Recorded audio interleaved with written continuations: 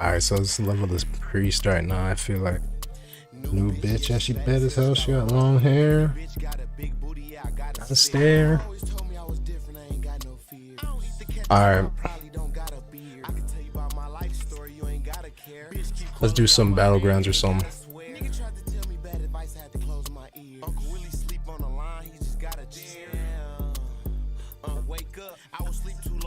Dream, I had to wake up. All that time I spent doing nothing, gotta make up. I just left my bitch, oh man, that's a breakup. Oh, you wanna see me pop off?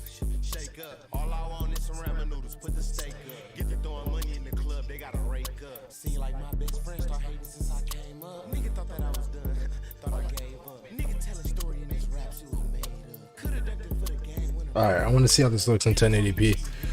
I played dumb. Bitch tried to send me her location, but I ain't come. Bitch gave me head, but it was this looks pretty good. It looks pretty good.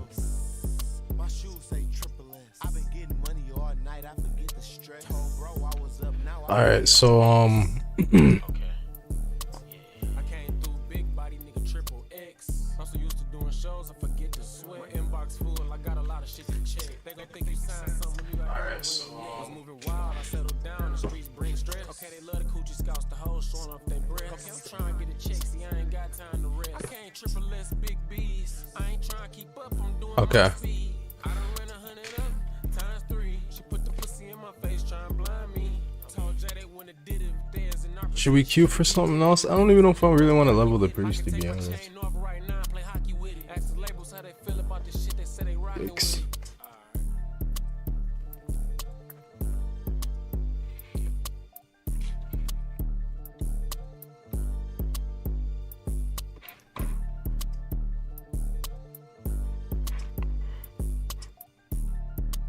I've been playing this shit forever, yo. Actually, I'm just being a dummy, just walking around, whatever. What quests I got? Got some quests out here. Let's do this. Kill those terror fiends until we get a queue. Probably have some texts I should check, but I don't really give a fuck right now, to be honest, because none of them are work.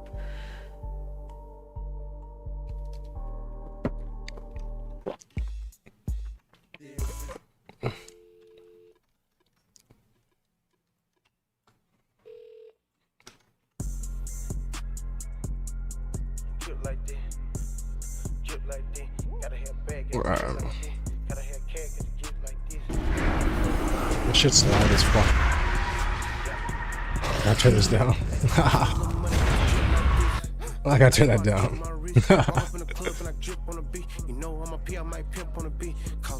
I don't even know the road. Oh shit, I'm not even in fucking shadow, that's why.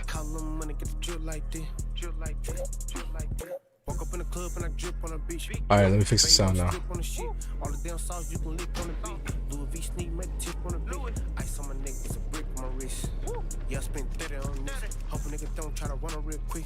Alright, there we go.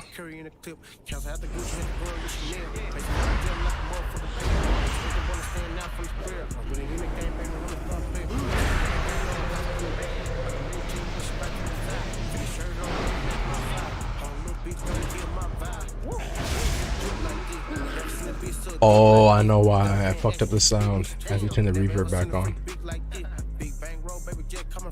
Never seen a young nigga so heavy. Fresh and all white like I'm on the way to heavy. $30,000 in my old school shit. Call a little money, get the drip like this. Shit was hurting my ears.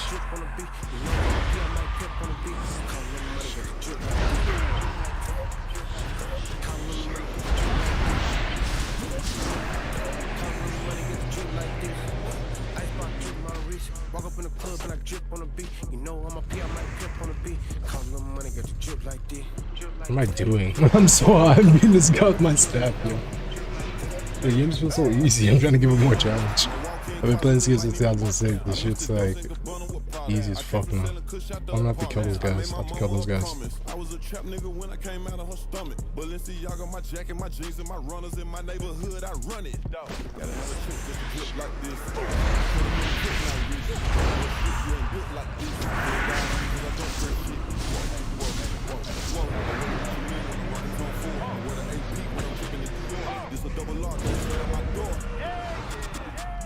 Left the strip club, a lot of money on the floor. Bought my bitch a rollie and put ice around her throat. Drop the top bins, parked at the corner store. Gotta have a bag to look like this. Shit look like glass on my wrist. We was moving bags in the gas in the trenches. And now look like this. Icebox drip my wrist. Walk up on the club and I drip on the beat. You know I'm a P, I might pimp on the beat. Call them money, got the drip like this. Drip like this. Couple more terror beans. Let's just grab a couple of them at once. Okay, cool. We got a battleground.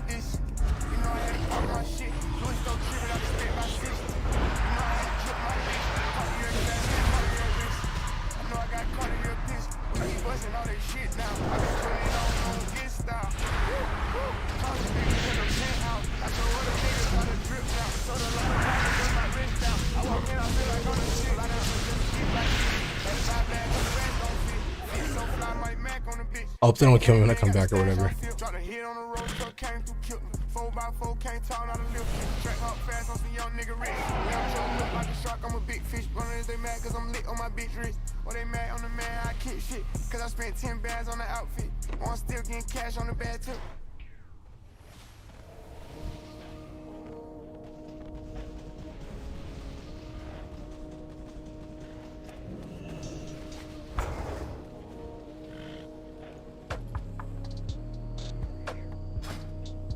Oh no, too many healers.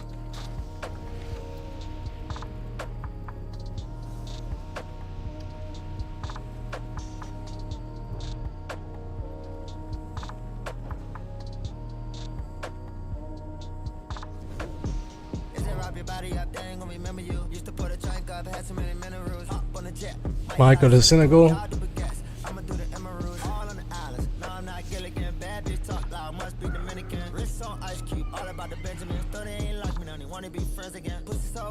How many priests do we have?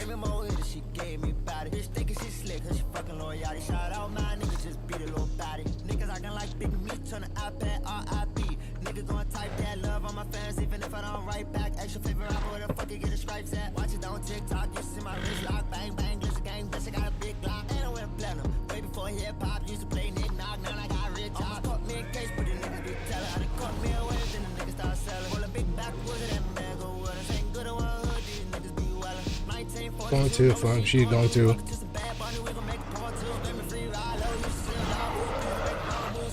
Let's get it.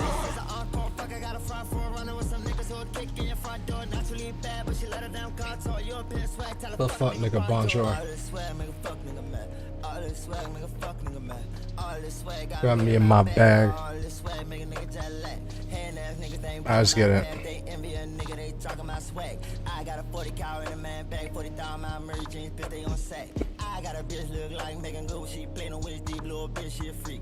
I just bought me a coupe with the trunk and the hood, and the bitch ain't come with a key. I gotta keep me an ARP in case a fuck nigga ever try to run up on me. I was on the corner like Jack Bailey, trying to pick up every nigga trying to get one on me. Fucking on my Victoria's Secret. Look at my pocket. Kishi. And Cheapin.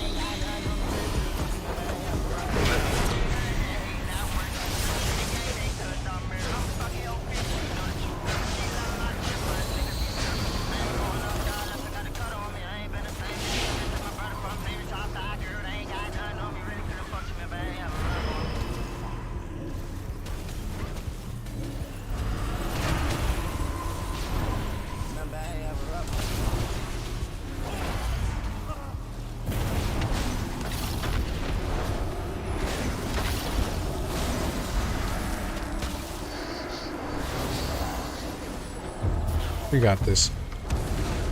Yo, what's up, bro? Hey, Owen. What's up, man? It's been a crazy week for me. How's it been for you, bro? And how's the sound? This game sounds really loud. Oh, God.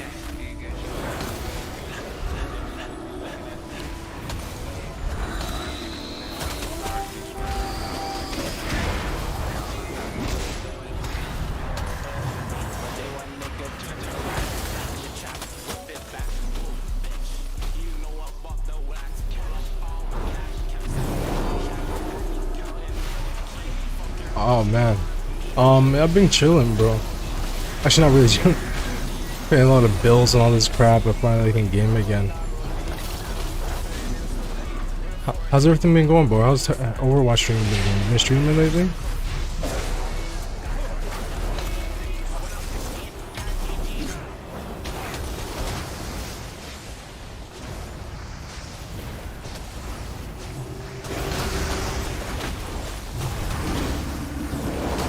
Oh god, they're gonna kill me.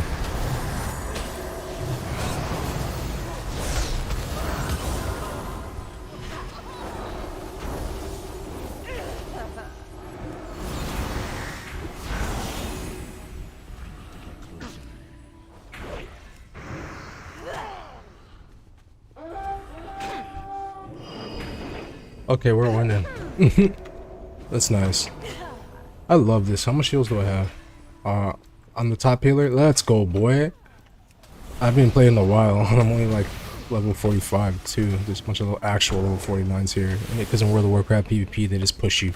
They give you a boosted level 49 or level 59 or whatever, so you can compete with everybody. But yo, what the hell are you doing there? Why is he still there? What is he fighting? Oh, sex. Wait, what are these guys on?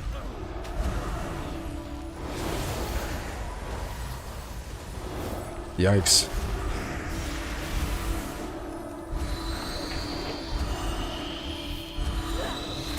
Alright, bro. We gotta dispel magic.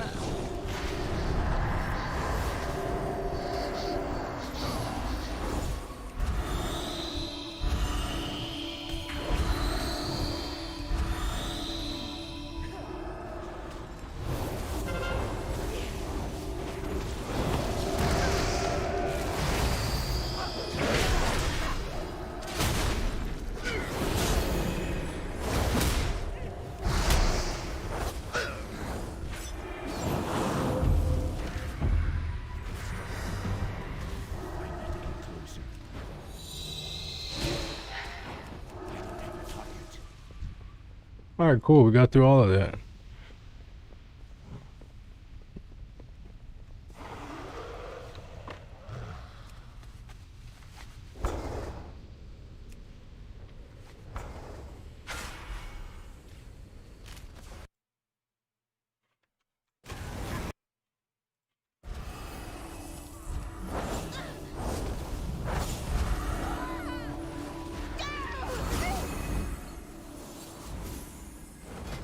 This is nice. I think we're gonna win.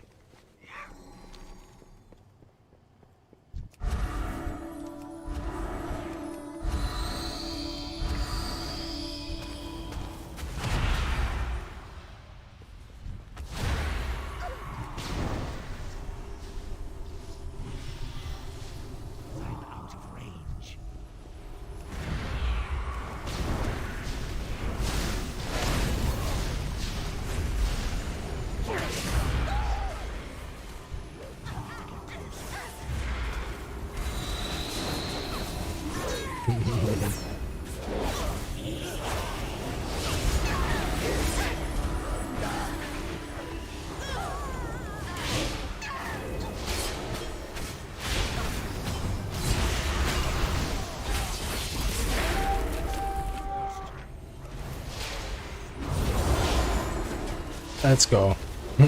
So easy. We always kill Alliance in the OTS, I noticed. I don't know what they're doing.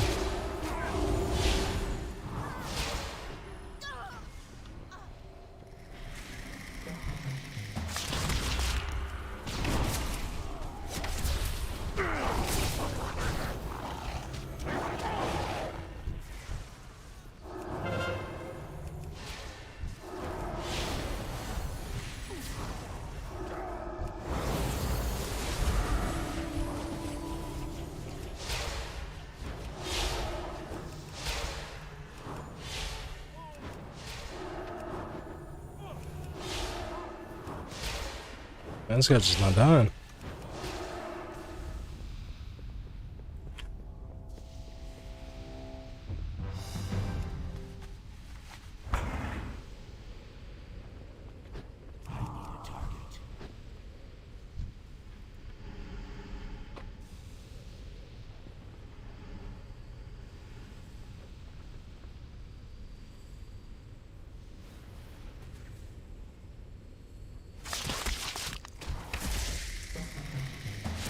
Uh-oh. I got too close to the sun.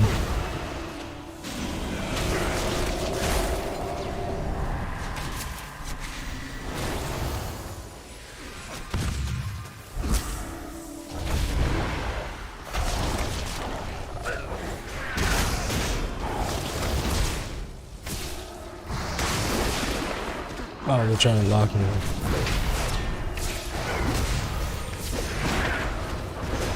Shit, they got me. Whatever. Can't take all the bases.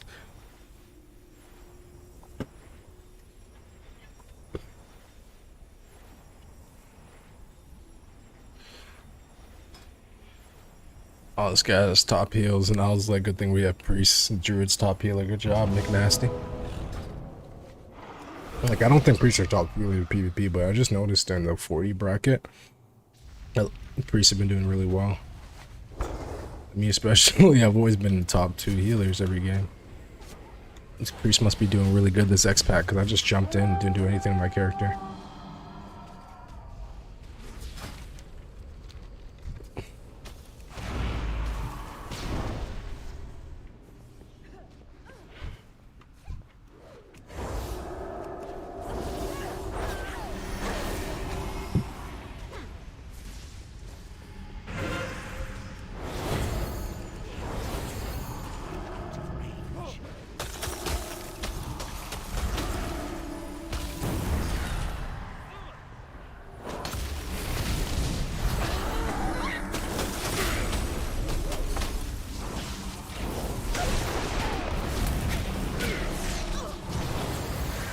They're trying to kill me. Not gonna happen.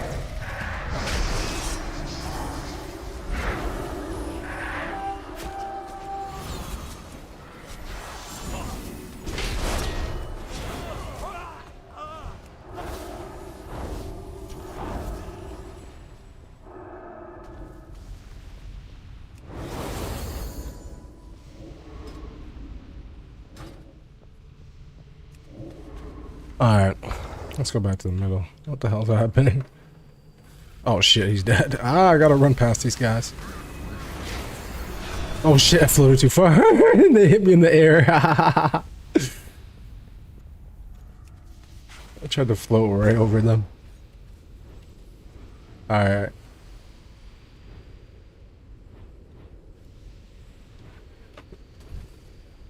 Oh shit.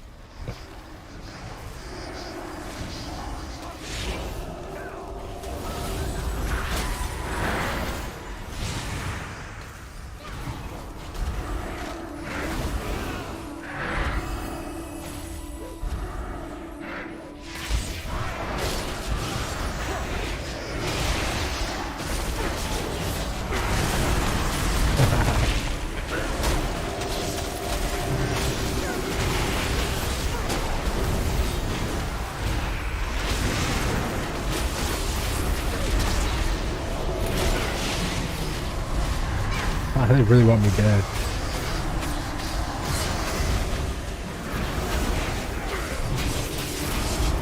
They really want me dead. Yeah, they're doing everything to kill me right now. Holy. This guy's really wanting me dead.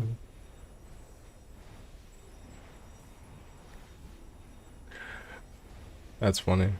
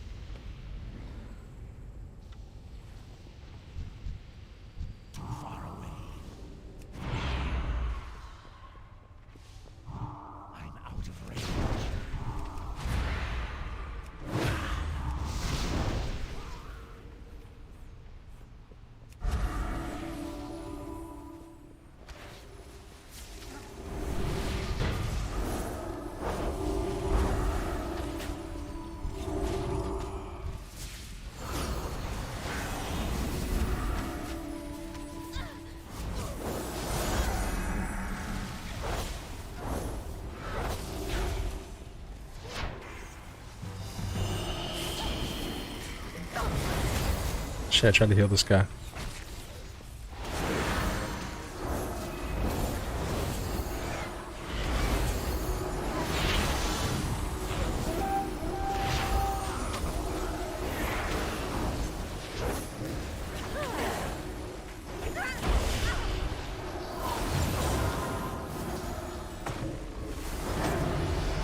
Good game. Oof. That was nice. Smash those boys.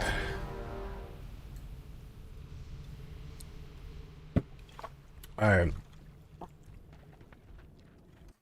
One sec.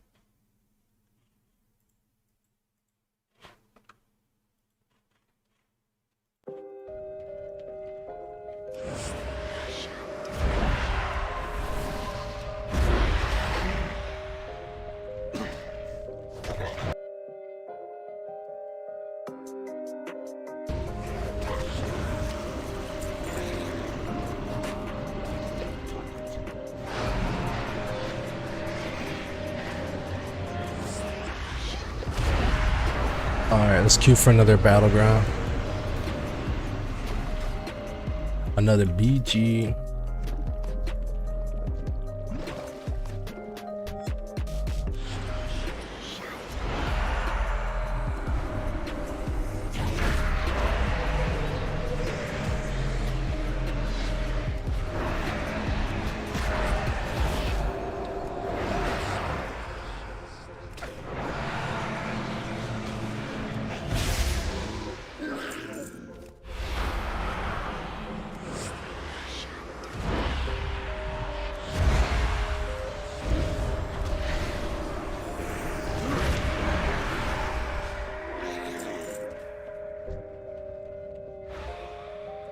Okay.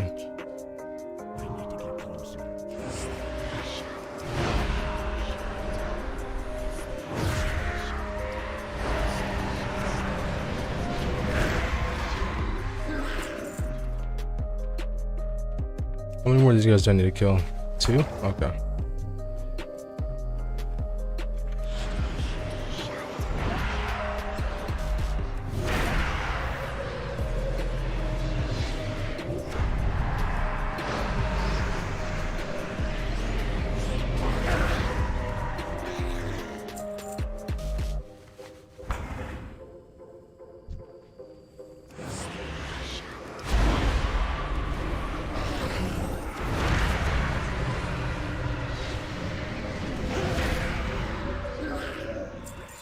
Cool. Mark of Honor, Aurora Band.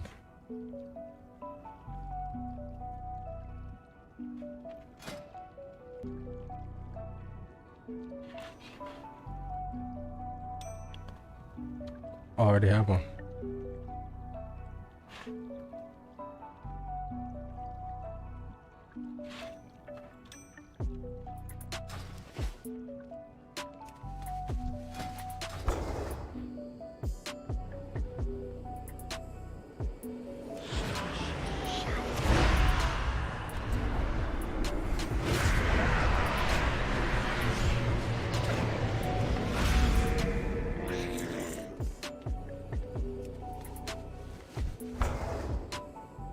Alright, cool. We finished that quest. We gotta go do the spirit guide. I don't know what we gotta do, but it's 450 yards away, so we'll just run there and do that quick. I don't remember what this is. Oh, yeah, I remember this place. Jeez, Hellfire Peninsula back in like 2007 when it came out. So much more harder to get around. I like flying at 310% now. Alright, so what did I have to do here?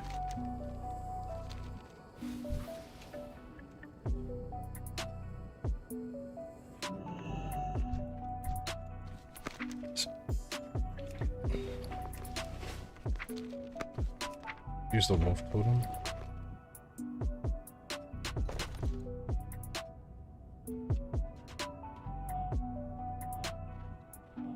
Ooh. Okay, use the wolf totem at the location where you found whose body?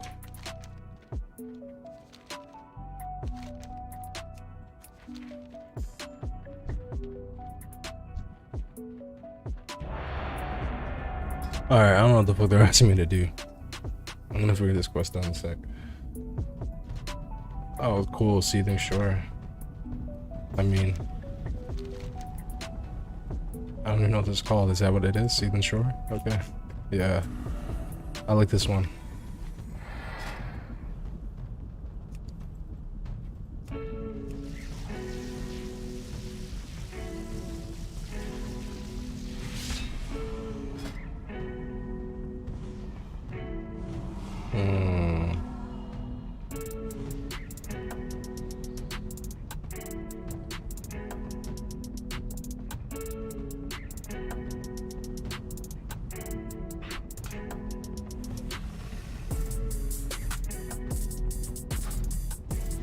All right.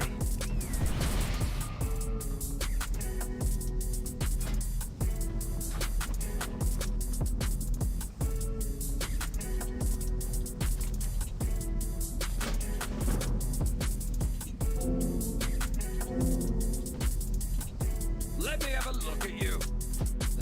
Pathetic. Why aren't there any dark rangers in your ranks? Well, you'll have to do. Alright. We got 40 seconds till we get in this shit.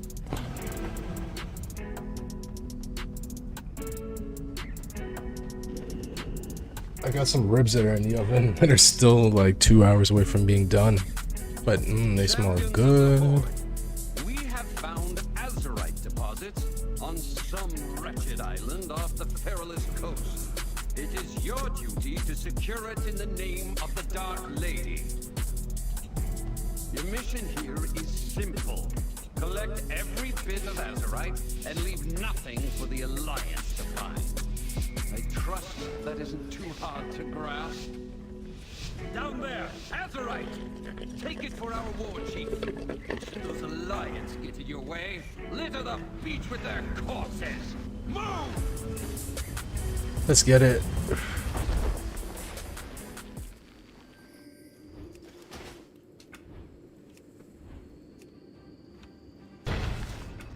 Zounds! There's even more azurite to be had. Follow your map and lock down those sites.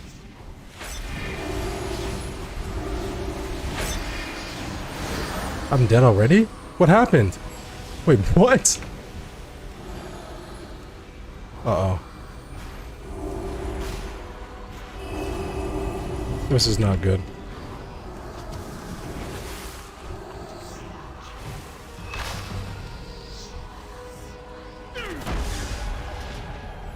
That's not good. I died so quick. I didn't even see what happened.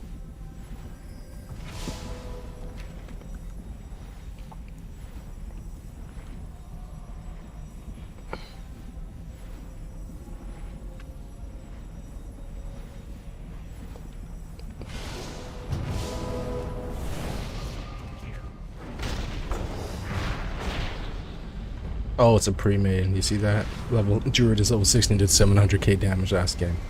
Okay, we're level 40 something. I don't understand how Blizzard does their scaling, but it doesn't work proper. I'm gonna lose because of it.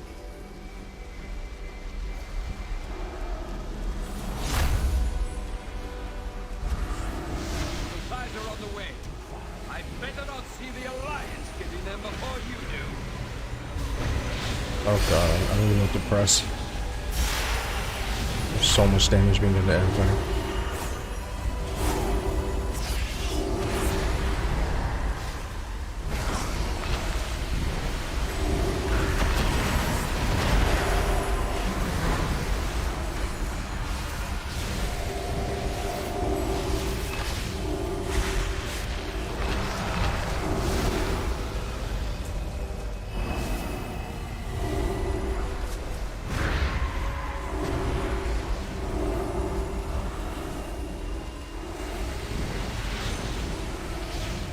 Oh gosh.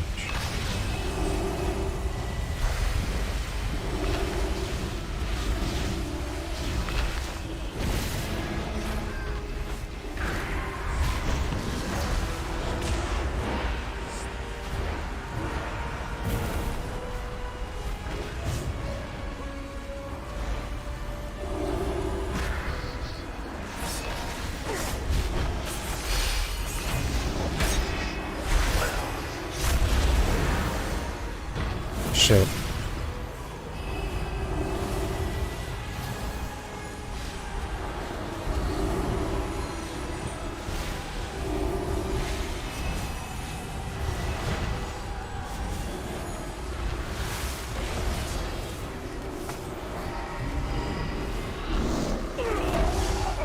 Damn, I tried. How much healing is being done?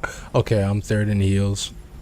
But the top two are alliance and they're more than double me. Yeah, okay, this is insane.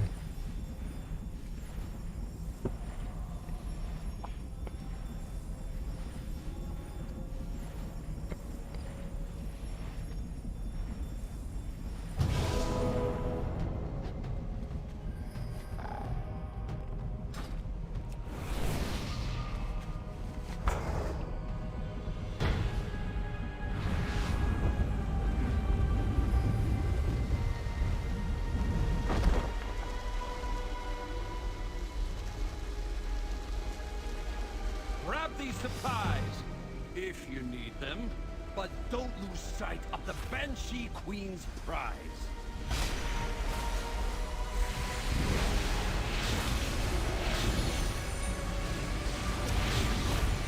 Alright, let's get it.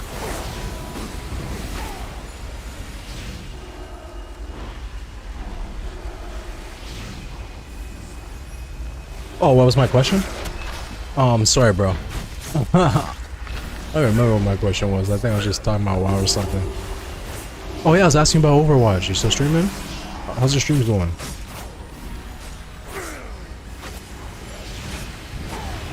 Sorry, just, as you can see, I'm getting smashed right here. There's a pre-made in this PvP.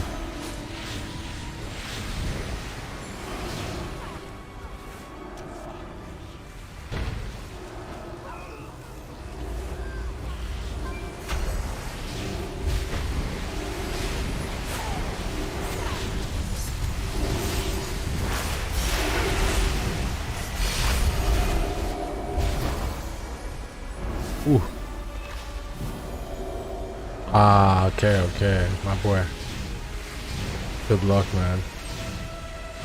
You gotta do all that stuff on the internet. That's crazy. It's a hard time to be in school right now, man. I'd be so pissed if I was in school right now, because my favorite part is actually seeing people.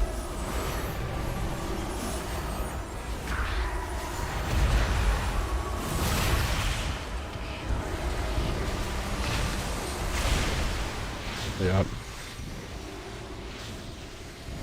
What grade you in?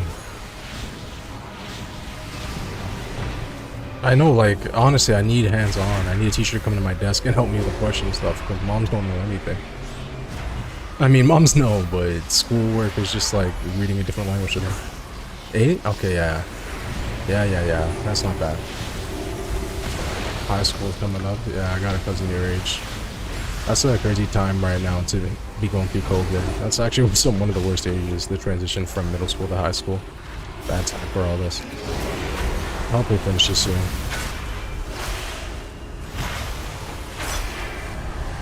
Supplies are on the way. I better not see the Alliance getting them before you do. Oh no, I can't hear anybody.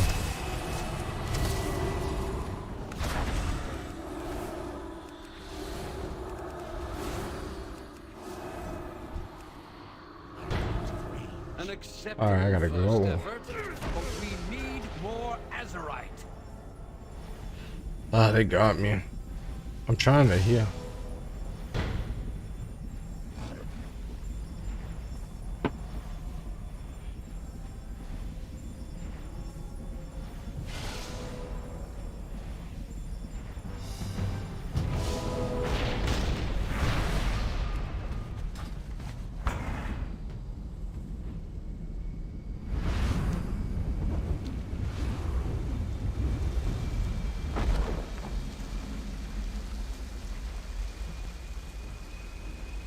Let's get it. You got an A on your science final? A. That's what's up. What kind of science you can take in high school? I don't know if it's like Canada, but can you pick like biology, physics, and all that stuff? I know for grade 9 you probably can't, but in grade 10 you get to start picking into specifics and whatnot. What are you gonna go for? And what kind of career are you looking for towards?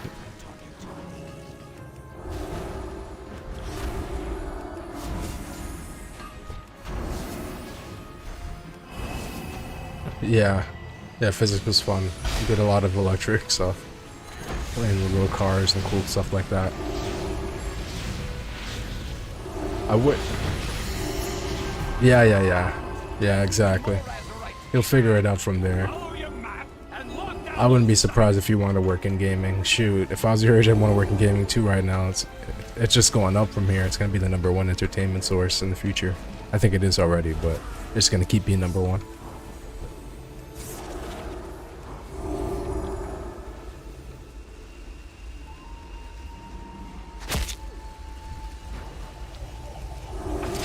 Oh shoot. If you need them, but don't lose sight of the Banshee Queen's prize.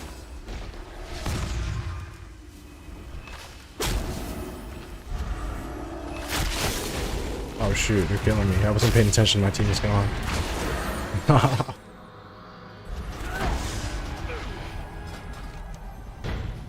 Oh gosh. Oh, we only need 100 points to win, wow.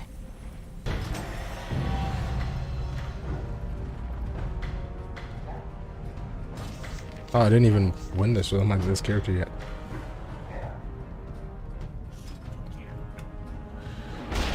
Okay.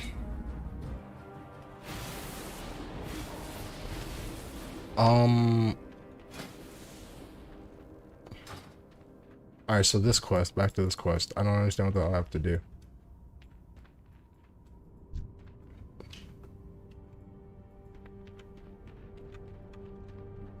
Yeah, I know. I've been playing.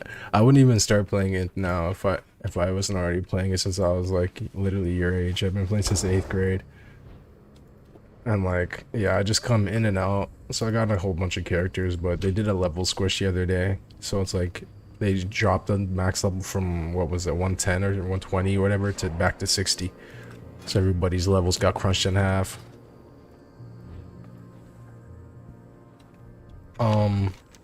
I have to do a quest here, but I don't know what the hell it is, to be honest.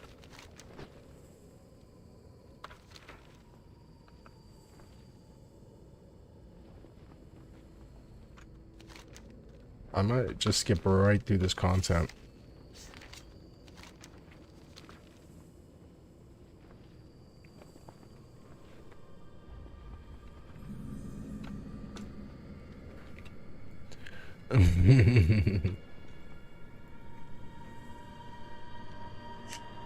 I have to capture the overlook. We already have everything here captured.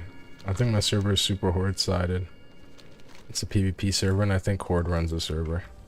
So yeah, nothing these guys can do.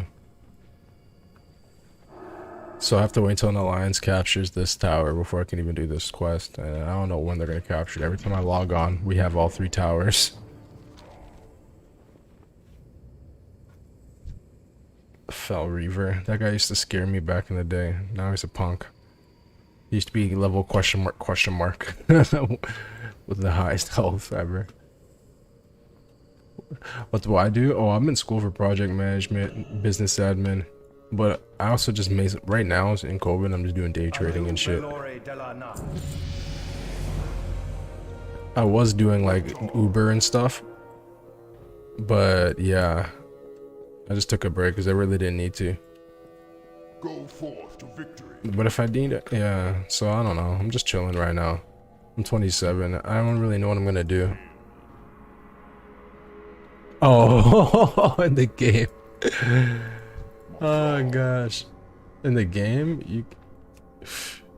That's a good ass question, man.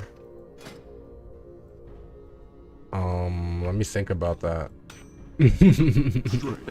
What do we do in this game?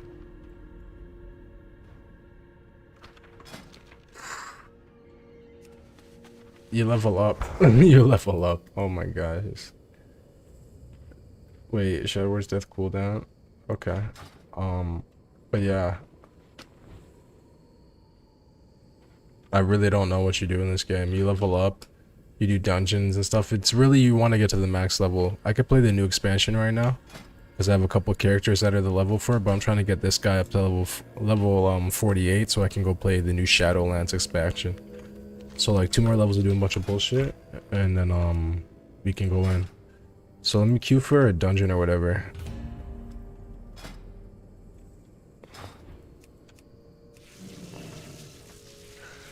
I just need 2 levels and we out of here.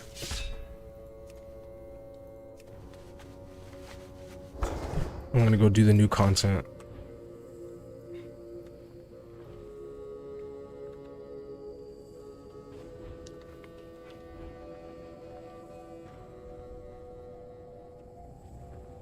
I'm trying to figure out where I can fix my stuff at though. Where's the repair person? Oh yeah, there. It's been a while. Okay, where's the repair guy? I thought he was over here. There's usually a repair guy by these. What are you looking for? Oh yeah, here. There we go.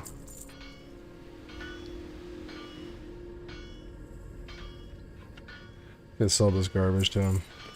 Let's sell all this crap to him.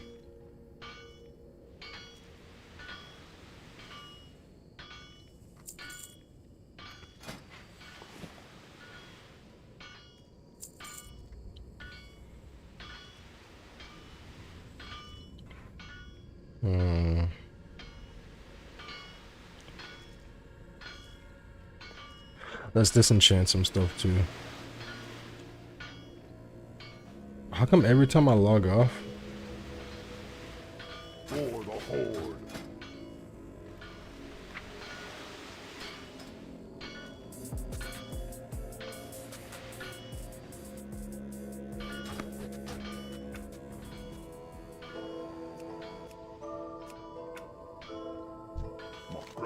Sorry, I'm trying to figure out what I want to... Oh, I haven't collected disappearance yet? Oh, I haven't... That's why, because I haven't worn it. Okay, so I'm gonna go put some shit in the mail and put it to my bank account. I mean, my bank character that I do all my banking on. I'm gonna go give him all my stuff so I can clear my bags out. Too far away. I can't trade that. That's bound to me. I can't trade that. That's bound to me. I can't trade that. That's bound to me. Okay, so that's all I can say right now. Alright, let's go in this dungeon and heal it quick.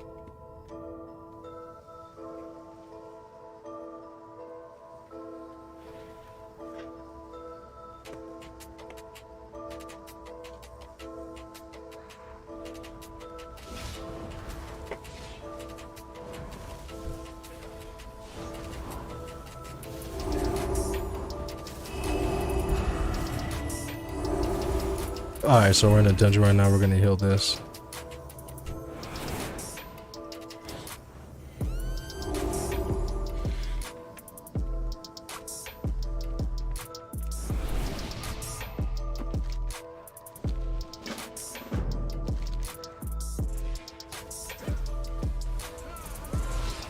Okay.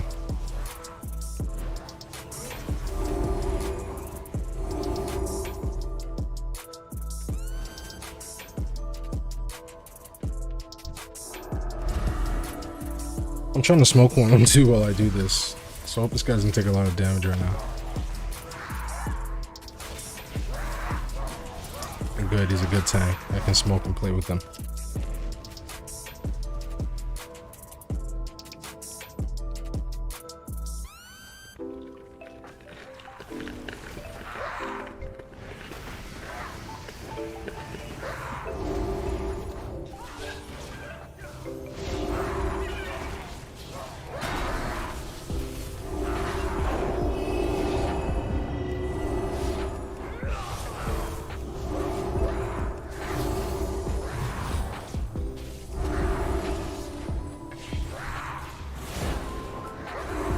Yeah, bro. Thanks for stopping by, man.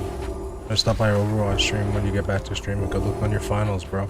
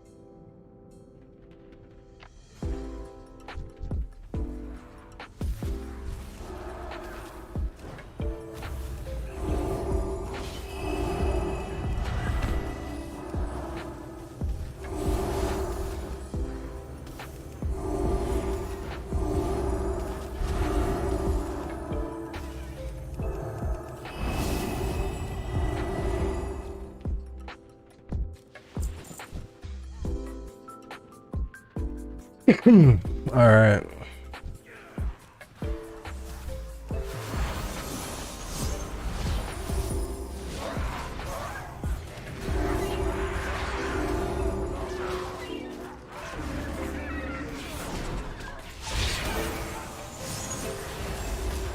Oh shit.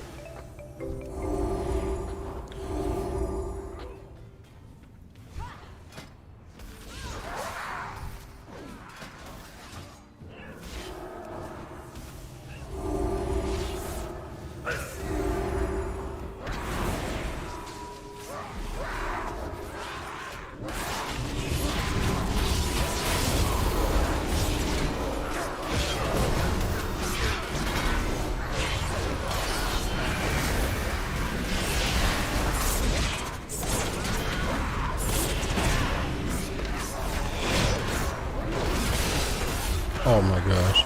I'm destroying my boys.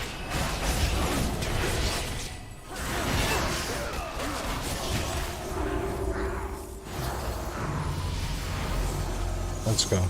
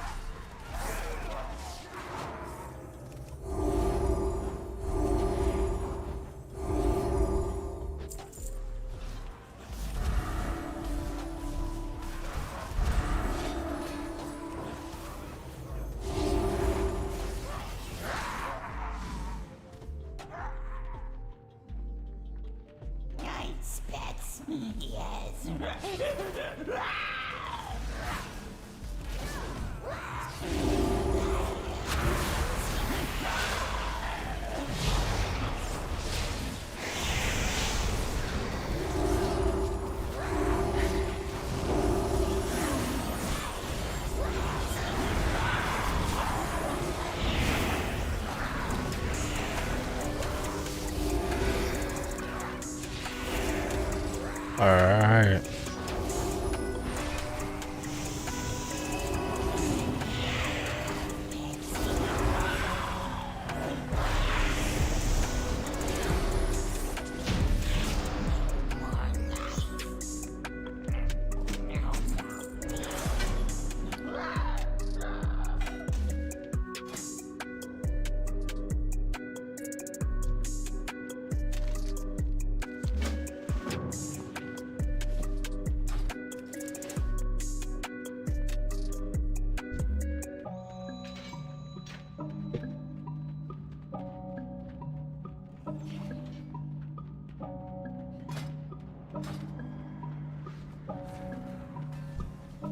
All right.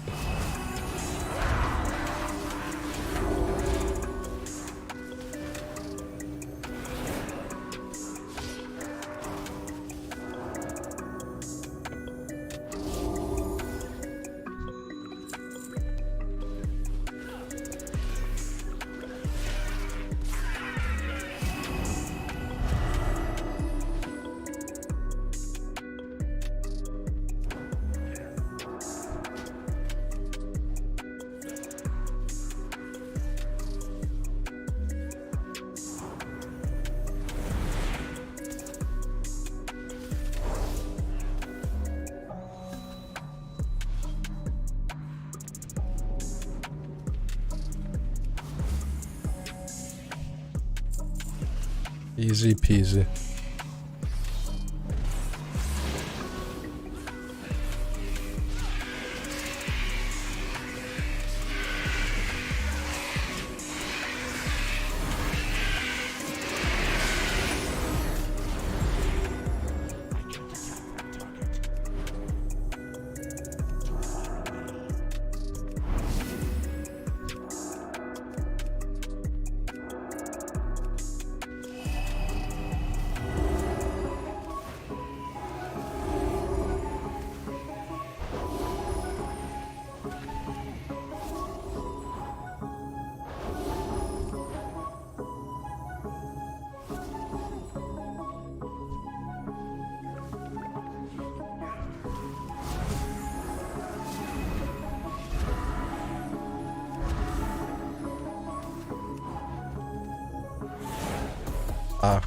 Let's go in. I'm healing the dungeon again. I don't even know these guys. I found them at LG. They ain't friends.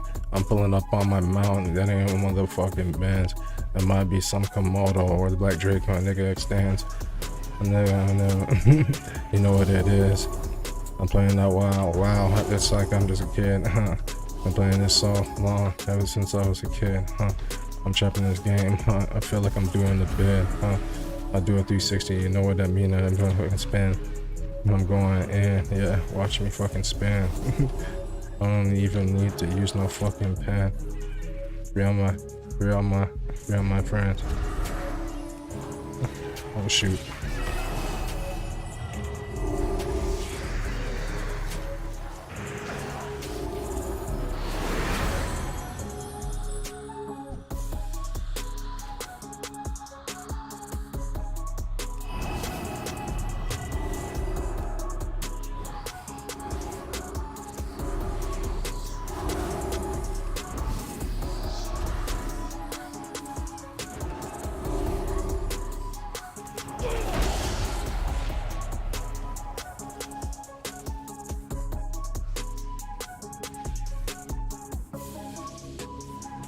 What is he doing? I think he can take them on his own.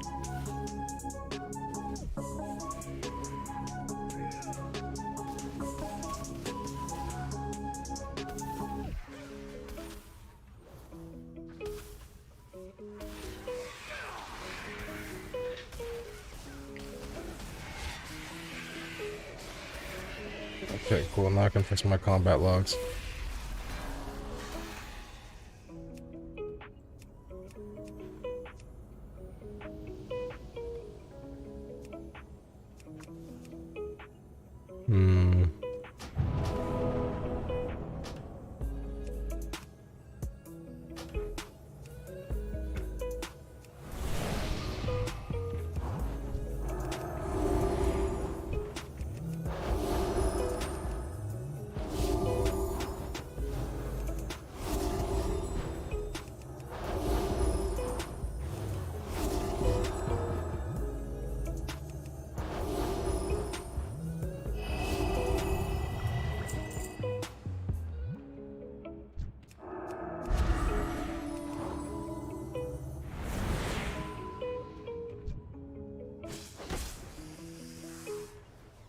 Alright, let's go.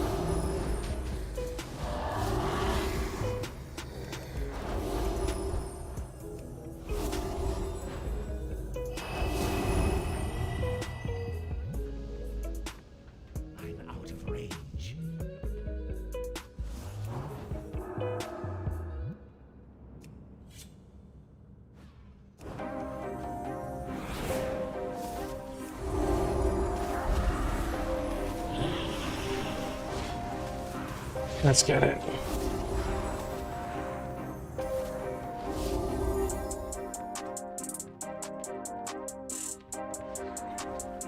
I don't know, my camera shit, so why is it so skinny? Let me fix that.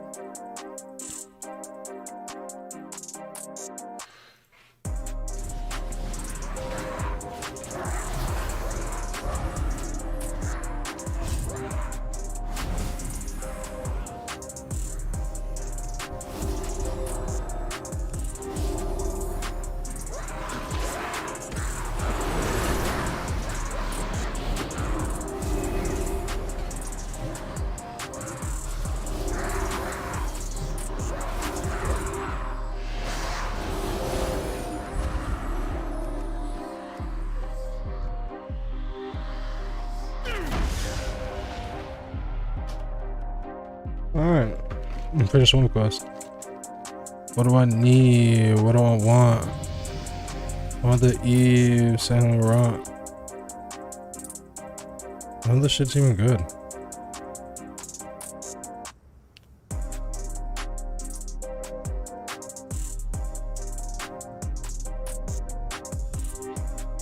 Oh.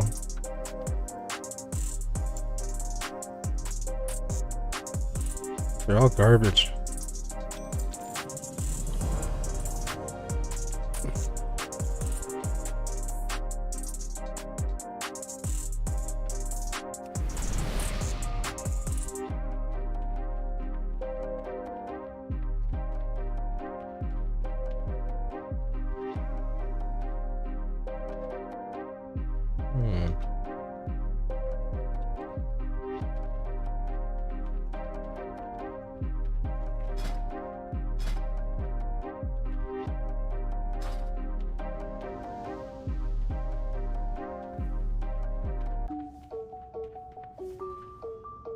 I need to get closer.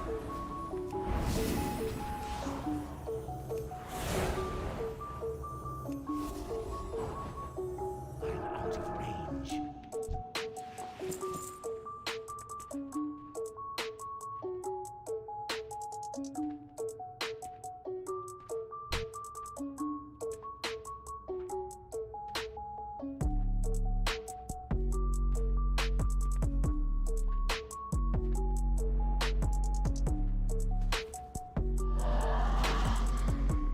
All right.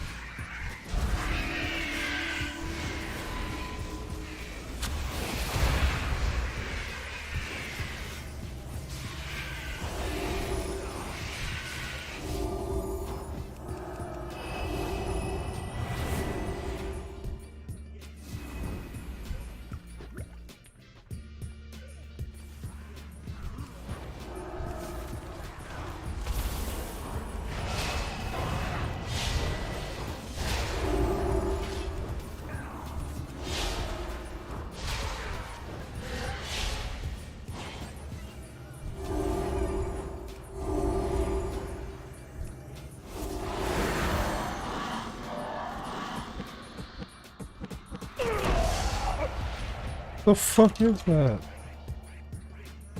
The fuck am I doing?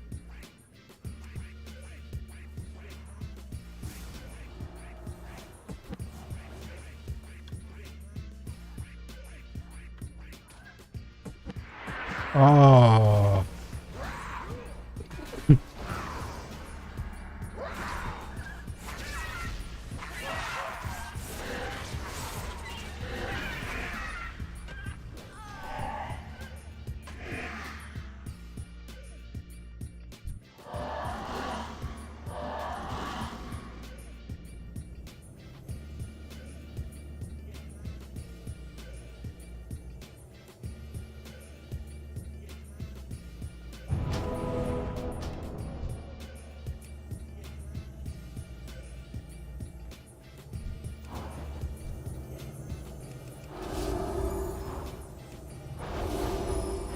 Alright, so we realized that I should stay away from those.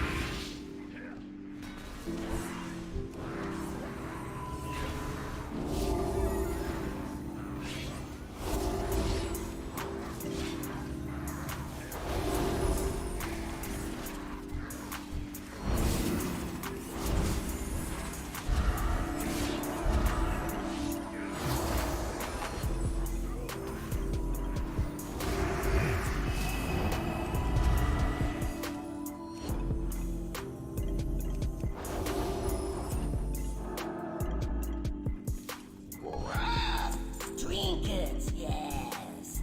Pretty trinkets. Power. Great power. Power in trinkets.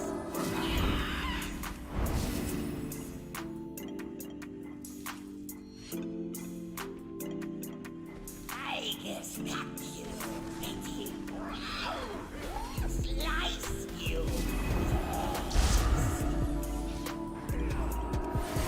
Let's get it.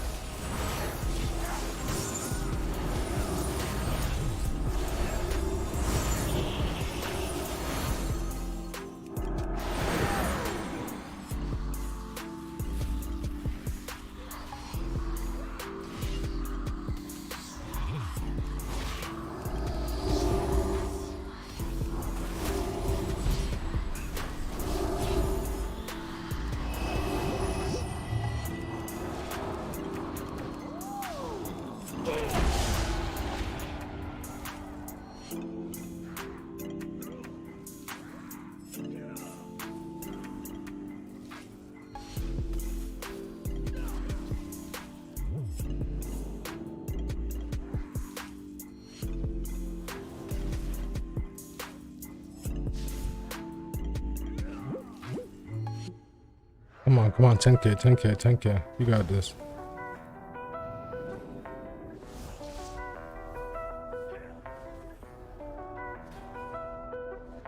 What the heck is he doing?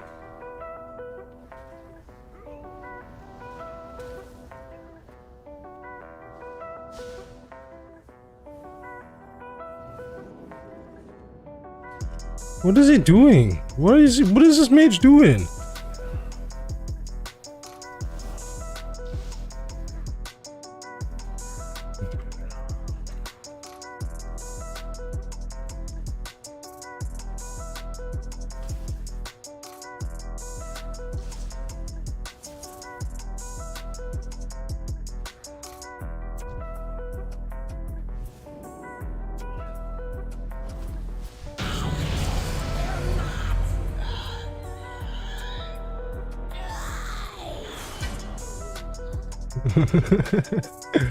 That was weird.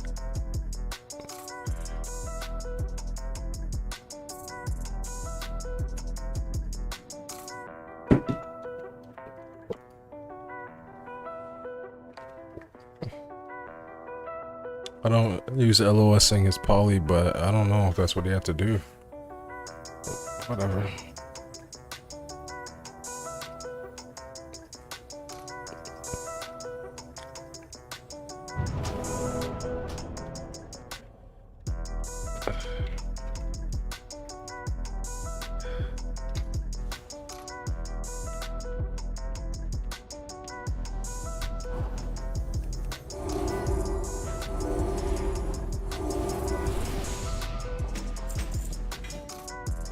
Trousers.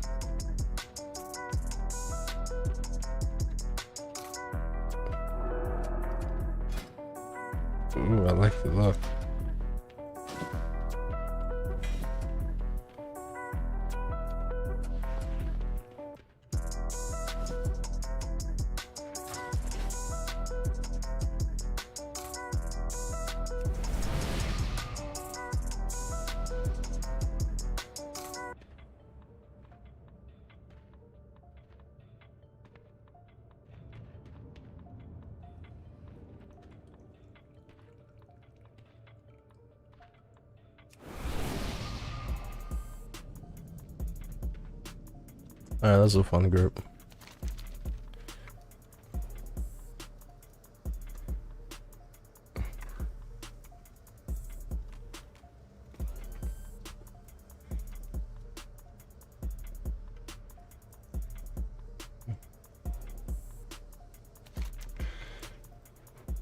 This guy's funny.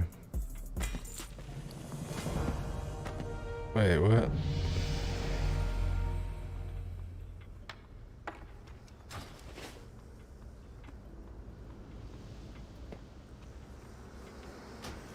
Alright, we're out of this group. That was some cool guys. Alright.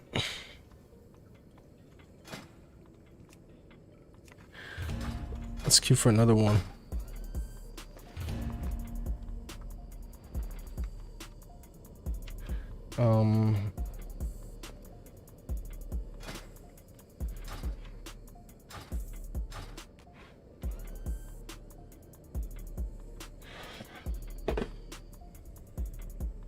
Are those ribs ready? No, the ribs still have an hour and 18 minutes, and then I gotta broil them for like 30 minutes.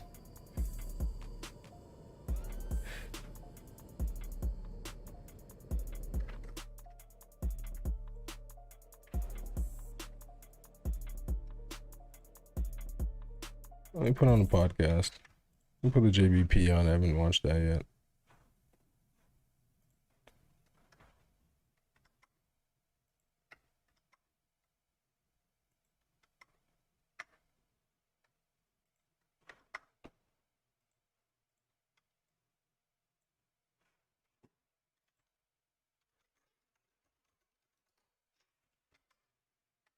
All right.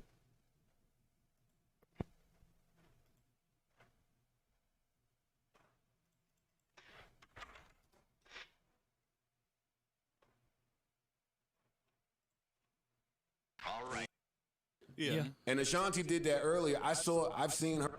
I don't know why Seen her they listen to live, so I Shanti. know how she.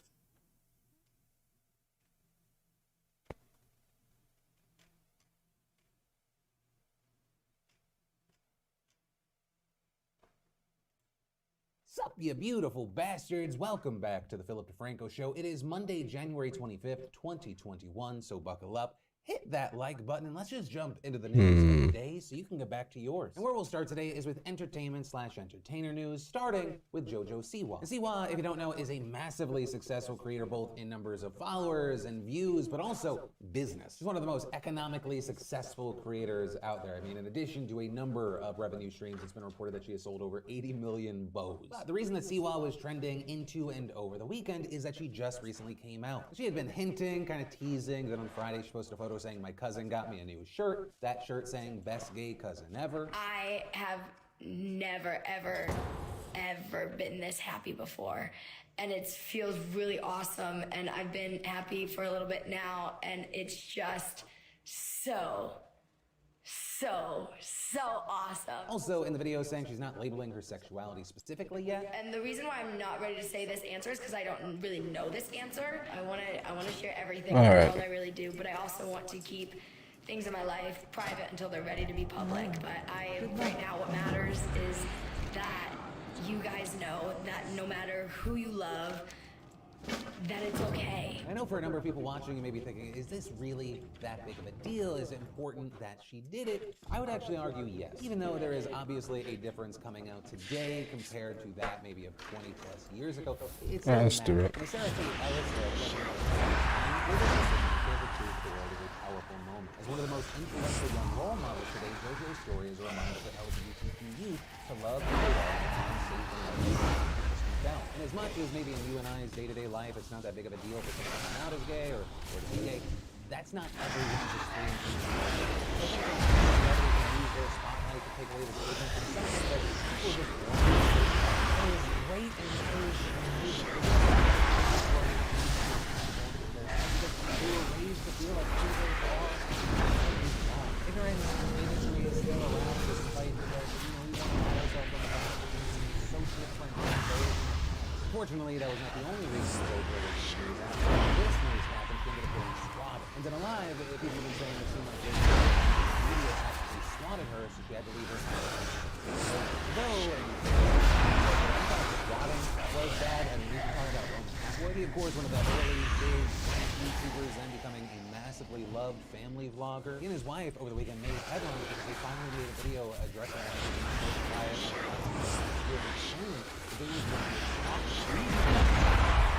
The spheres of our life. Literally.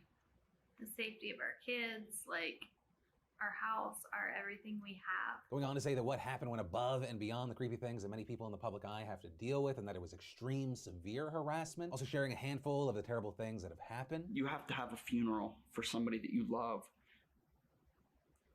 These stalkers bomb-threaded a funeral, literally in our vehicles, like shutting our vehicles on and off and powering them on and off, and setting the alarm off while we're just sitting at home with our kids. Like the alarm in our house. They turn the power off to our home. This home, they turn the power off in the middle of the winter. They also said the stalkers did things like canceling their car insurance without them knowing, sending pictures from the security cameras to their cell phones, changing their mail, and sending threatening texts, including death threats, but also saying that this only kind of scratches the surface. Also thanking the FBI for helping them through this and saying that they finally feel that there's a light at the end of the tunnel for them. So obviously, we'll wait to see if... I don't know why I keep coming back to life. I kind of want to end this on two notes. One, I feel horrible for Roman and his family for having to deal with this. No one should have to deal with this. And two, if it can even be thought of as the slightest bit of a silver lining, I will say I feel a little bit hopeful. In the past, it feels like when I would cover something where something bad would happen to a celebrity because of something with fans or something like that,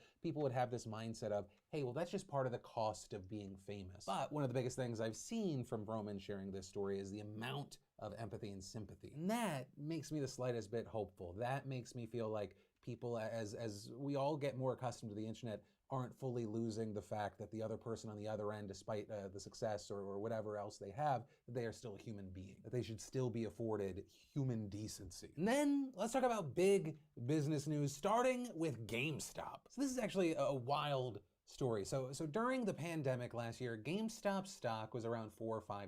Then around August of last year, it starts going up and up and up. Beginning of January this year, it's actually close to $20. Two of the key things to know about GameStop is that there are a lot of short sellers that think that because of the pandemic, the company is overvalued, that the price will go down. And then two, there are a lot of people in the subreddit Wall Street Bets that really love GameStop. And so reportedly, to mess with the people who are shorting the stock, that think the stock will go down, you have a ton of people on Wall Street Bets pushing for others to purchase the stock. This ultimately brings us to last Thursday, where you have short seller Andrew Left of Citron Research releasing a video saying this is why GameStop should be a $20 stock. That then seemed to lead to two different things. One, he actually pulled back and claimed that he and his family have been threatened because of that video. And two, people kept buying more and more GameStop shares, jumping from $41 last Thursday to $140 today. That is until it then plummeted to about half of that amount, $70, and as of recording, it's around $77. And as far as my personal opinion on this, I'm fascinated. I'm so interested to see where GameStop's gonna be a week from now, as well as just a month from now. This feels very much like that potentially boom and or bust volatility that comes with crypto. A lot of people gain and a lot of people have lost. And so it'll be interesting to see how long-term versus short-term all of this is. Especially since I've seen from a lot of people online, part of the reason they did this wasn't just to try and make money, but it was to kind of give the middle finger to short sellers who, while this is obviously still a developing situation today, I'm recording while the market's still open, we have a long week ahead of us. I mean, on Friday alone, it was reported that short sellers had lost $1.6 billion. I, for one, though, and I'm not an advisor in any way, I'm gonna be staying away. Anytime I see massive waves, I just get scared because I have this fun habit of anytime I pay attention to a wave, it lands on my head. I'm all about that long and boring life. Then let's talk about Uber, who after buying Postmates reportedly laid off 185 people from the Postmates division. Reportedly, that's about 15% of Postmates' total workforce, with most of the app's executive team not returning, including its founder and CEO, Bastian Lehman. But do not fret, your prayers for the billionaires have been heard, and a number of the executives will reportedly be leaving with multi-million-dollar exit packages. Also, as far as why we're seeing these cuts, it's believed that this is part of a larger plan plan to better integrate Postmates infrastructure with Uber Eats. And this is an area that Uber's been looking to grow, right? They tried and failed to buy Grubhub, then purchasing Postmates for $2.65 billion. And food delivery has been seen as a crucial move for Uber since its ride-sharing business has been suffering because of the pandemic. And the more that you look at the company, the more it becomes apparent that they're kind of consolidating, changing things up in order to be profitable by the end of 2021. Hell, back in December, Uber sold the autonomous vehicle segment to Aurora Innovation and sold their Uber Elevate flying taxi division to Joby Aviation. We also had SpaceX in the news because they launched 143 satellites into orbit on Sunday, breaking the record for the most satellites lifted into space in a single launch. And notably, this launch was the first of SpaceX's dedicated rideshare program, SmallSat Rideshare, which is basically like a carpool for satellites. It's this recent innovation that came in response to growing demands for low-cost access to space by smaller companies and institutions. And while this new launch is definitely seen and being hailed as a success, it's also triggered conversations about the increasing number of satellites congesting low Earth orbit, with many experts fearing that overcrowding could create a rise in potentially catastrophic orbital collisions and dangerous levels of space debris. And so now, many are calling for regulations to be put into place. In fact, NASA's Aerospace Safety Advisory Panel wrote in its 2020 annual report, given the recent increase in non-traditional commercial space operations, including satellite servicing, space tourism, and the deployment of large numbers of satellites to provide worldwide internet access, updates to existing roles and responsibilities may be appropriate. As things stand today, there are no clear lines of authority for directing coherence among the many entities that operate in space. And to that, I say there's only one obvious solution: space wars. We make all these companies vying for internet dominance, make military vehicles, boom, instant government funding, and then every week, 8 p.m. Eastern, space wars, or more communication and regulation. But I'm still vying for space wars. And from that, let's take a second to pay some bills and thank the fantastic sponsor of today's show, NordVPN.com/Phil. It's safe to say over the last year or so, our internet usage has gone up. Whether you're working from home or you're maxing out streaming services, you are definitely not alone. NordVPN is an easy and affordable way to start securing your time on the internet and reclaiming access to your personal data. They also fantastically have great security tools like NordPass Password Manager that stores your passwords in the cloud, all your passwords encrypted on all your devices. I don't need an ad on my stream, Phil. This is making me money. Discount on a 2-year plan, and when you use my code Phil, you also get an extra month for free, and it is risk-free with Nord's 30-day money-back guarantee. So what are you waiting for? That is NordVPN.com/Phil, and don't forget to use code Phil at checkout. Then, in important international news, we should talk about how Russia experienced some of their largest protests in years this past Saturday. This, of course, after Russian opposition figure Alexei Navalny called for them following his arrest last week. And so we saw tens of thousands taking to the streets, clashing with police in more than 100 cities, with independent monitors claiming that 3,500 people were detained by police. And among those 3,500, you had Yulia Navalnaya, Alexei's wife, who was targeted by authorities during the protest, although, according to Russian media, she has since been released. Despite all these protests being declared illegal, they had a lot of reach, and very notably, over 1/3 of the protesters in Moscow said that they had never protested before, which is definitely huge, but it is also hard to say how the protest popularity will turn into real political power, because these protests were from across the political spectrum, from far left groups to nationalists, meaning they may oppose Putin and wide-scale corruption in Russia, but they might agree on very little else. But the protests also were a swing in how Russian authorities deal with Navalny. In the past, they've never mentioned him by name. However, this weekend he was on everyone's lips, with the newscasters there airing multiple programs trying to discredit him, painting him as a tool of the West, with Putin himself also having to deny some of Navalny's claims about him, such as that he has a secret billion-dollar villa on the coast of the Black Sea. As far as Navalny himself, he's still in jail pending court proceedings on February 2nd, and if those go poorly, he could be in prison until the mid-2020s. However, if anything, he seems more concerned about the immediate future, telling supporters on Friday that he has no intention of suicide. In addition to opponents of the Kremlin just somehow getting poisoned. It happens. Suicide is also a common fate for critics of Putin. Then, in news about Rudy Giuliani, who is a real human person and not a fascist robot with an oil leak problem. Just today, we saw Dominion Voting Systems filing a defamation lawsuit against Rudy Giuliani, seeking $1.3 billion in damages for false claims that he made about the company. Dominion, which is one of the largest voting machine manufacturers in the United States, of course, became the main target for widespread election fraud conspiracies spread by Giuliani and other Trump allies. There are people who falsely claimed with zero evidence that Dominion machines widely used in key battlegrounds were flipping votes from Trump to Biden. So now you have the company claiming that Giuliani and his allies, quote, manufactured and disseminated the big lie, which foreseeably went viral and deceived millions of people into believing that Dominion had stolen their votes and fixed the election. With the lawsuit alleging that he did this in part to enrich himself through legal fees and his podcast, noting that Trump's top lawyer reportedly demanded $20,000 per day for his legal services to the president, and arguing that he cashed in by hosting a podcast where he exploited election falsehoods to market things like gold coins, supplements, cigars, and more. The 107-page suit also specifically outlines more than 50 statements Giuliani made on Twitter, his podcast, to the conservative media, and during legislative hearings. And notably, the company points out that he never mentioned Dominion in court, where arguably he could face legal ramifications because he knew what he was claiming was a lie. But despite that, Giuliani continued to push the false narrative even after Dominion sent him a letter in December warning that they would take legal action against him. Also, very significantly, the lawsuit also links Giuliani's false claims about Dominion to the Capitol insurrection, pointing out that he mentioned the company while speaking at the rally before the attack and on social media numerous times during the attack. But also, even according to reports, even after that, he has still continued to spread those lies as recently as last week. The lawsuit going on to say that as a result of these statements peddled by Giuliani and others, Dominion's founder and employees have been harassed and received death threats, and Dominion has suffered unprecedented and irreparable harm. Now, notably, this is also not the first defamation suit Dominion has filed against Trump allies in recent weeks. Earlier this month, the company filed a similar claim against Sidney Powell, where it also saw $1.3 billion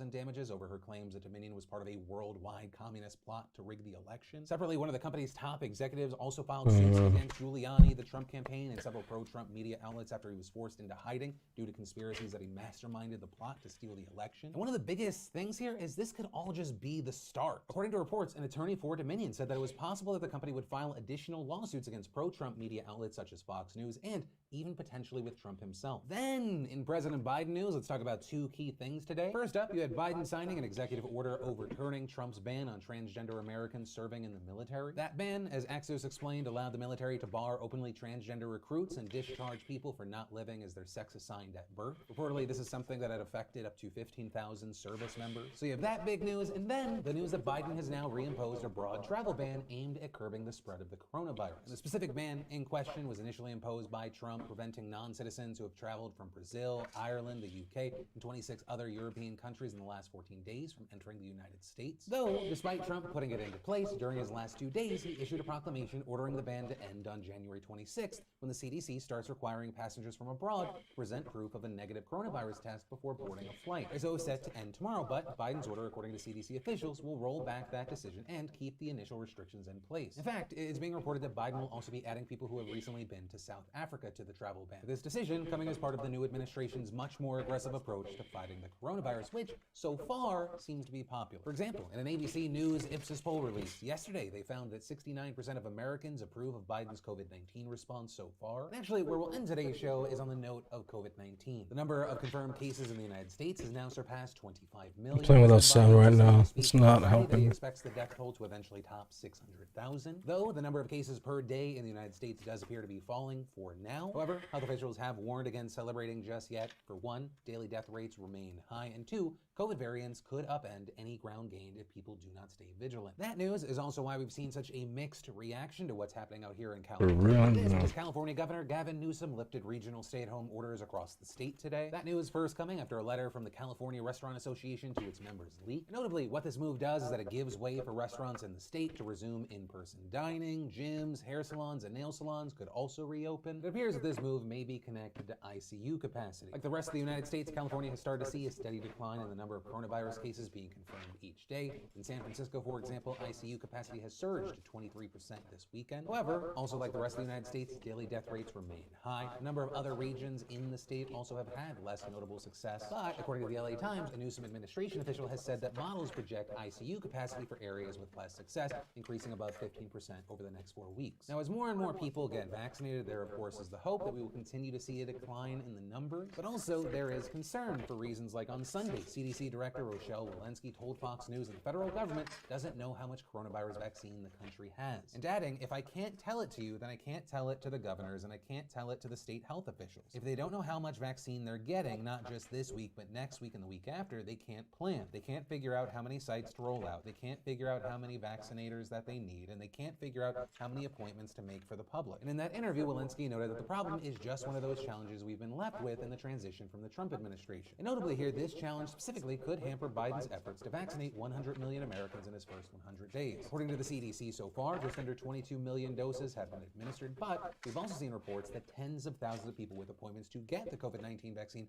have had to have them canceled because states are running out of supplies. Though we saw Walensky say she is hopeful that the production of the Moderna and Pfizer vaccines will increase after Biden's first 100 days. Also saying that she's hopeful that the Johnson & Johnson vaccine as well as the AstraZeneca vaccine could soon see emergency approval from the FDA. And where I'll close this story is the light at the end of the tunnel is there. Stay smart, stay safe.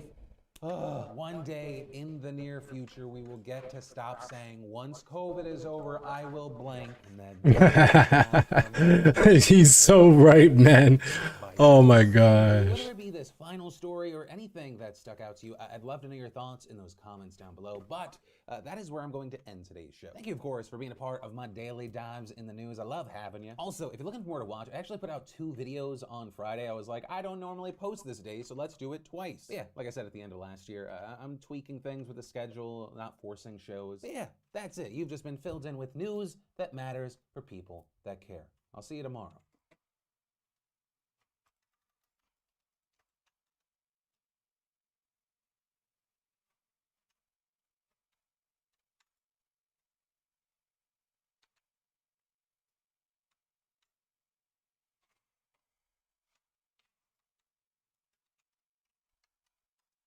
Put something else on. This is the Rumor Report with Angela Yee on the Breakfast Club. So listen up. Now, Little Kim was doing an interview for season 2 of the BET Plus series American Gangster Trap Queens, and one question that she was asked is, who would she want to play her in a biopic? It can only be a girl that's from the hood that I'm from. I love Tiana. She's my only other thought. There's nobody else in the industry. But even before Tiana, because I love Tiana, but she's from Harlem. Before Tiana, I would love to give some little girls from Brooklyn a chance. I think that'd be dope. Everybody wants Tiana Taylor to play him. Dionne Warwick wanted Tiana Taylor to play her. Lil' Kim wanted Tiana Taylor. I mean, Tiana Taylor's a phenomenal talent. I like her other idea, too, though, about finding an unknown from Brooklyn to do it. That'd be dope, too. Yeah, both of those ideas. But that's dope. And Tiana Taylor's with it, just so you know. So she posted that. All right, now YFN Lucci has requested bond in his murder case. He wants to be able to support his 4 children and his mother. So he is facing very serious charges for his alleged role in a homicide, but he's asking for a reasonable bond because he has 4 underage children whom he financially supports. He said there's no risk of him fleeing his pending trial. He said he poses no significant threat or danger to any person, to the community, or to any property in the community. And he has no felony criminal record either. That's a very valid reason for wanting to get bail, but he definitely needs a more original reason. That's everybody's reason. Especially if you're the breadwinner, you're the one that supplies everything and does everything. If you're in jail, you can't work. That is very, very true. But you know what a judge would say? A judge would say, well, if that was the case, then maybe you shouldn't have gotten tied up in a situation like this. You should be innocent until proven guilty, right? I absolutely right, and the fact that he has no criminal record, no felony criminal record, the fact that he says that he poses no threat and he's not a danger to society. The judge just has to decide based on all of that. So we shall see. I absolutely agree. I absolutely agree. He should get bail. All right, now Bridgerton is returning for a season 2. How exciting is that? My wife will be excited. I'm sure all her friends will be excited as well. I cannot wait. Wonder how long that's going to take. Have you watched it yet, Charlamagne? No, I haven't watched it yet. I think you'll like it. I think you'll like the star of the show. I think you'll be really attracted to him and really like what he does. Is he light skinned? Yes. Well, no, he's light skinned, brown skin. Light skinned men is not what I want. Who was it? Somebody got in trouble for saying that he should play James Bond because he's light skinned. I think he should play James Bond too. Crazy on social media. What's wrong? Listen.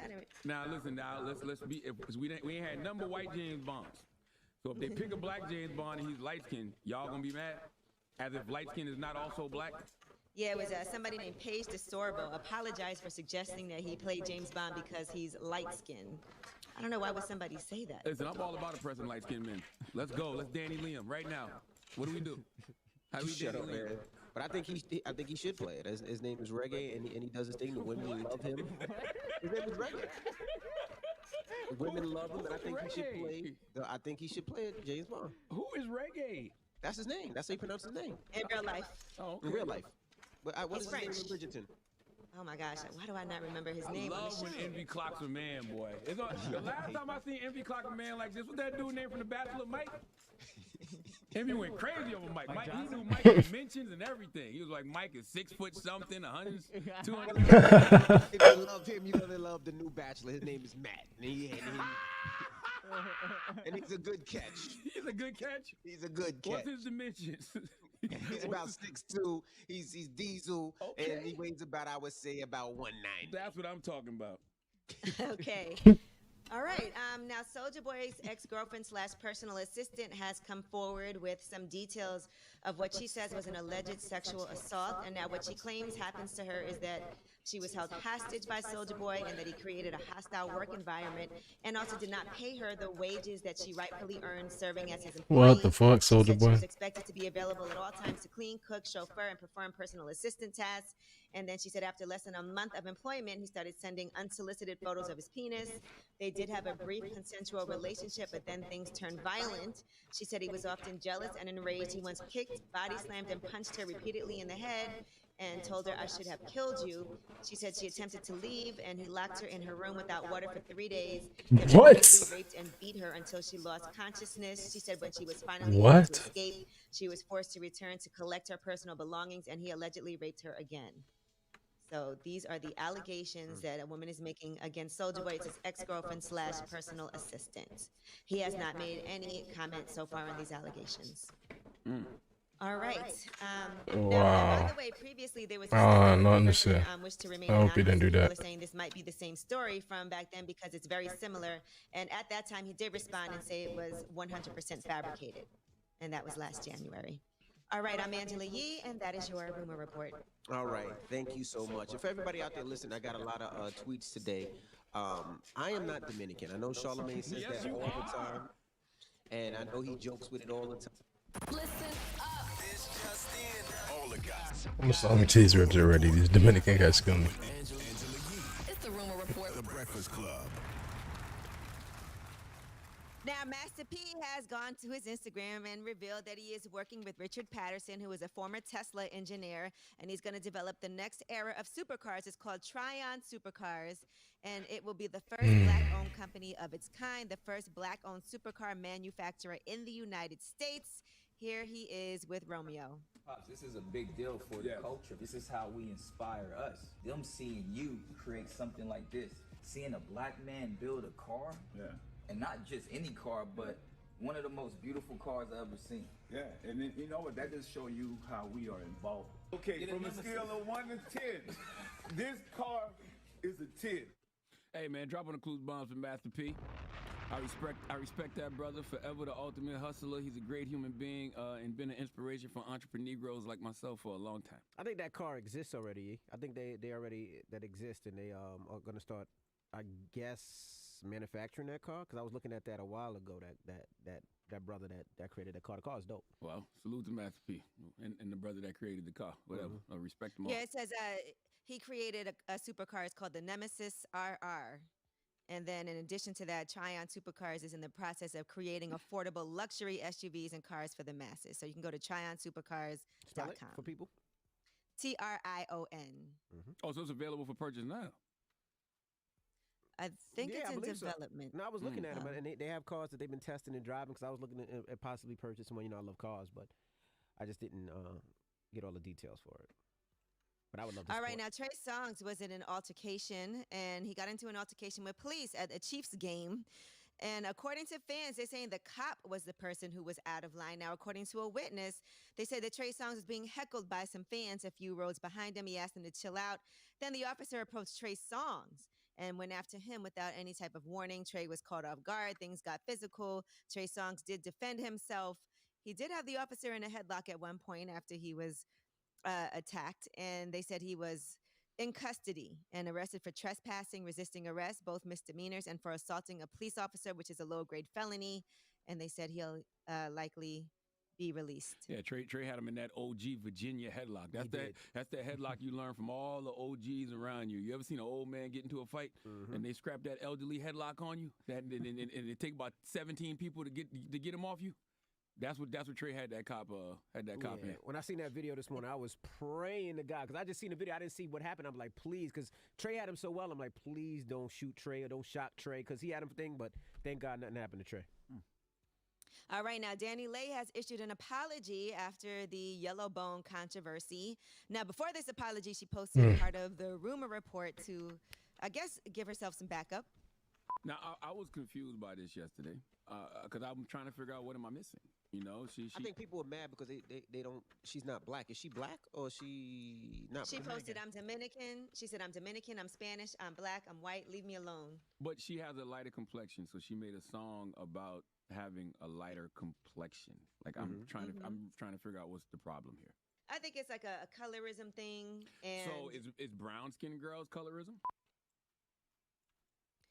all right. Well, she has since apologized via Instagram. And I just want to take a moment to say that when it comes to the colorism, especially in the music business, we've heard Seven Streeter speak on it. We've heard Notori talk about being in 3LW and the issues that she had because she was darker skinned.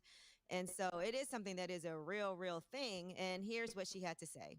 I think people twisted it into thinking like I'm trying to bash another woman, another skin tone. Like, that was never my intention. I never looked at my skin as a privilege. I never looked at me as I'm better than somebody because of my skin tone. Nah, like, I see brown skinned women flaunt their skin all the time in music. Like, why can't I talk about mine? If you look at me, I'm light skinned, I'm a yellow bone. In my opinion, that's just what I am.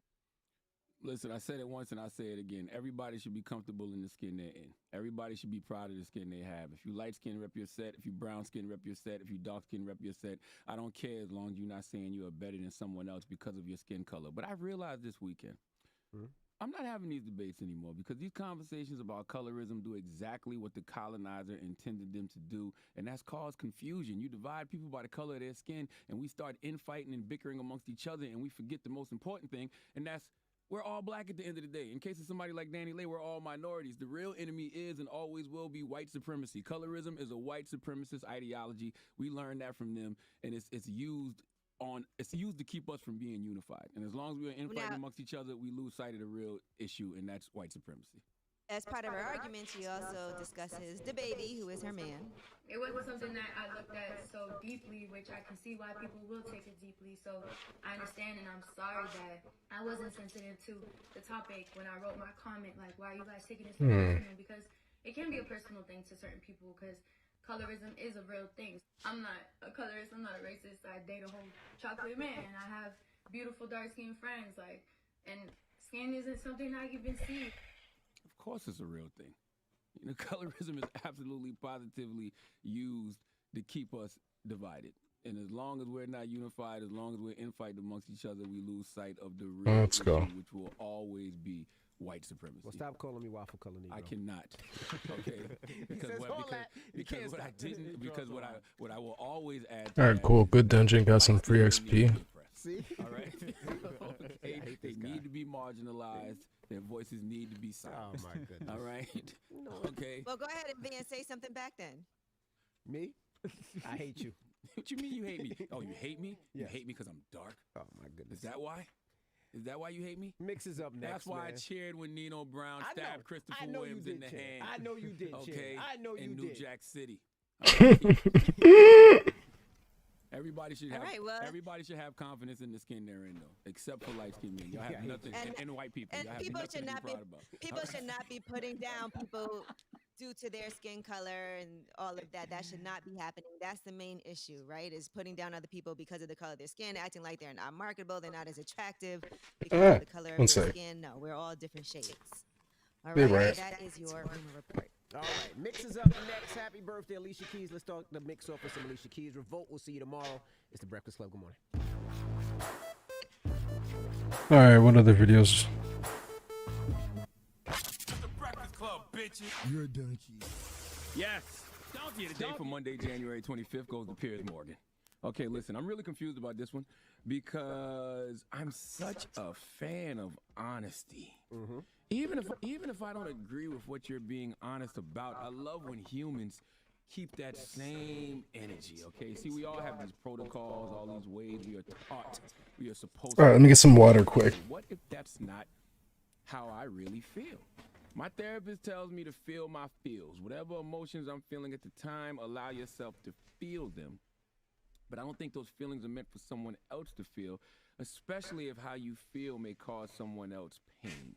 Well, Piers Morgan didn't think about that this weekend because I'm sure this weekend the family of Larry King was grieving because if you haven't heard, Larry King passed away this weekend at Cedars-Sinai Medical Center after being diagnosed with COVID-19 in late December. Now, you know what happens when people pass away in this era. Social media mourns, a lot of digital tributes happen via tweets, Instagram posts, etc. And Piers Morgan was one of those people who decided to do a tweet. Now, once again, I'm torn about this tweet because it doesn't feel right because of the timing. But the honesty of it, I have to respect. Piers tweeted a picture of him and Larry King with the caption, "Larry King was a hero of mine until we fell out. After I replaced him at CNN, and he said, my show was like watching your mother-in-law go over a cliff in your new Bentley." Then in parentheses, Piers Morgan put, he, meaning Larry King, married 8 times, so a mother-in-law expert. But he was a brilliant broadcaster and masterful TV interview. Now, here's the thing. Do I think it was in poor taste? Yes. Do I think the timing of it was off? Yes. Even if I felt that way about a person, would I share it? Not right after they died. Okay, maybe later, some years later, when I'm telling my story in a book or documentary, and that part of my life comes up, I may tell that story. But to tweet it right after a person dies, it is extremely tone deaf. Like, read the room, Piers. Okay, folks are mourning, grieving. Think about the family, friends, and folks who loved Larry. All of that would have been going through my mind as I fixed my thumbs to make that tweet. Okay, folks who loved Larry. I don't think I've ever done this dungeon, to be honest. Larry King. Now they got someone to aim that hurt at. I don't even know what the hell this is. Oh, Magister's Terrace. Well, the name's familiar, but I don't remember what X-Pac this is. I don't necessarily know if what he said was wrong. Okay, that's how he feels. That's a story he's been telling for the longest. The story isn't going to change now that the great Larry King is dead. But where I think he's wrong at, poor timing.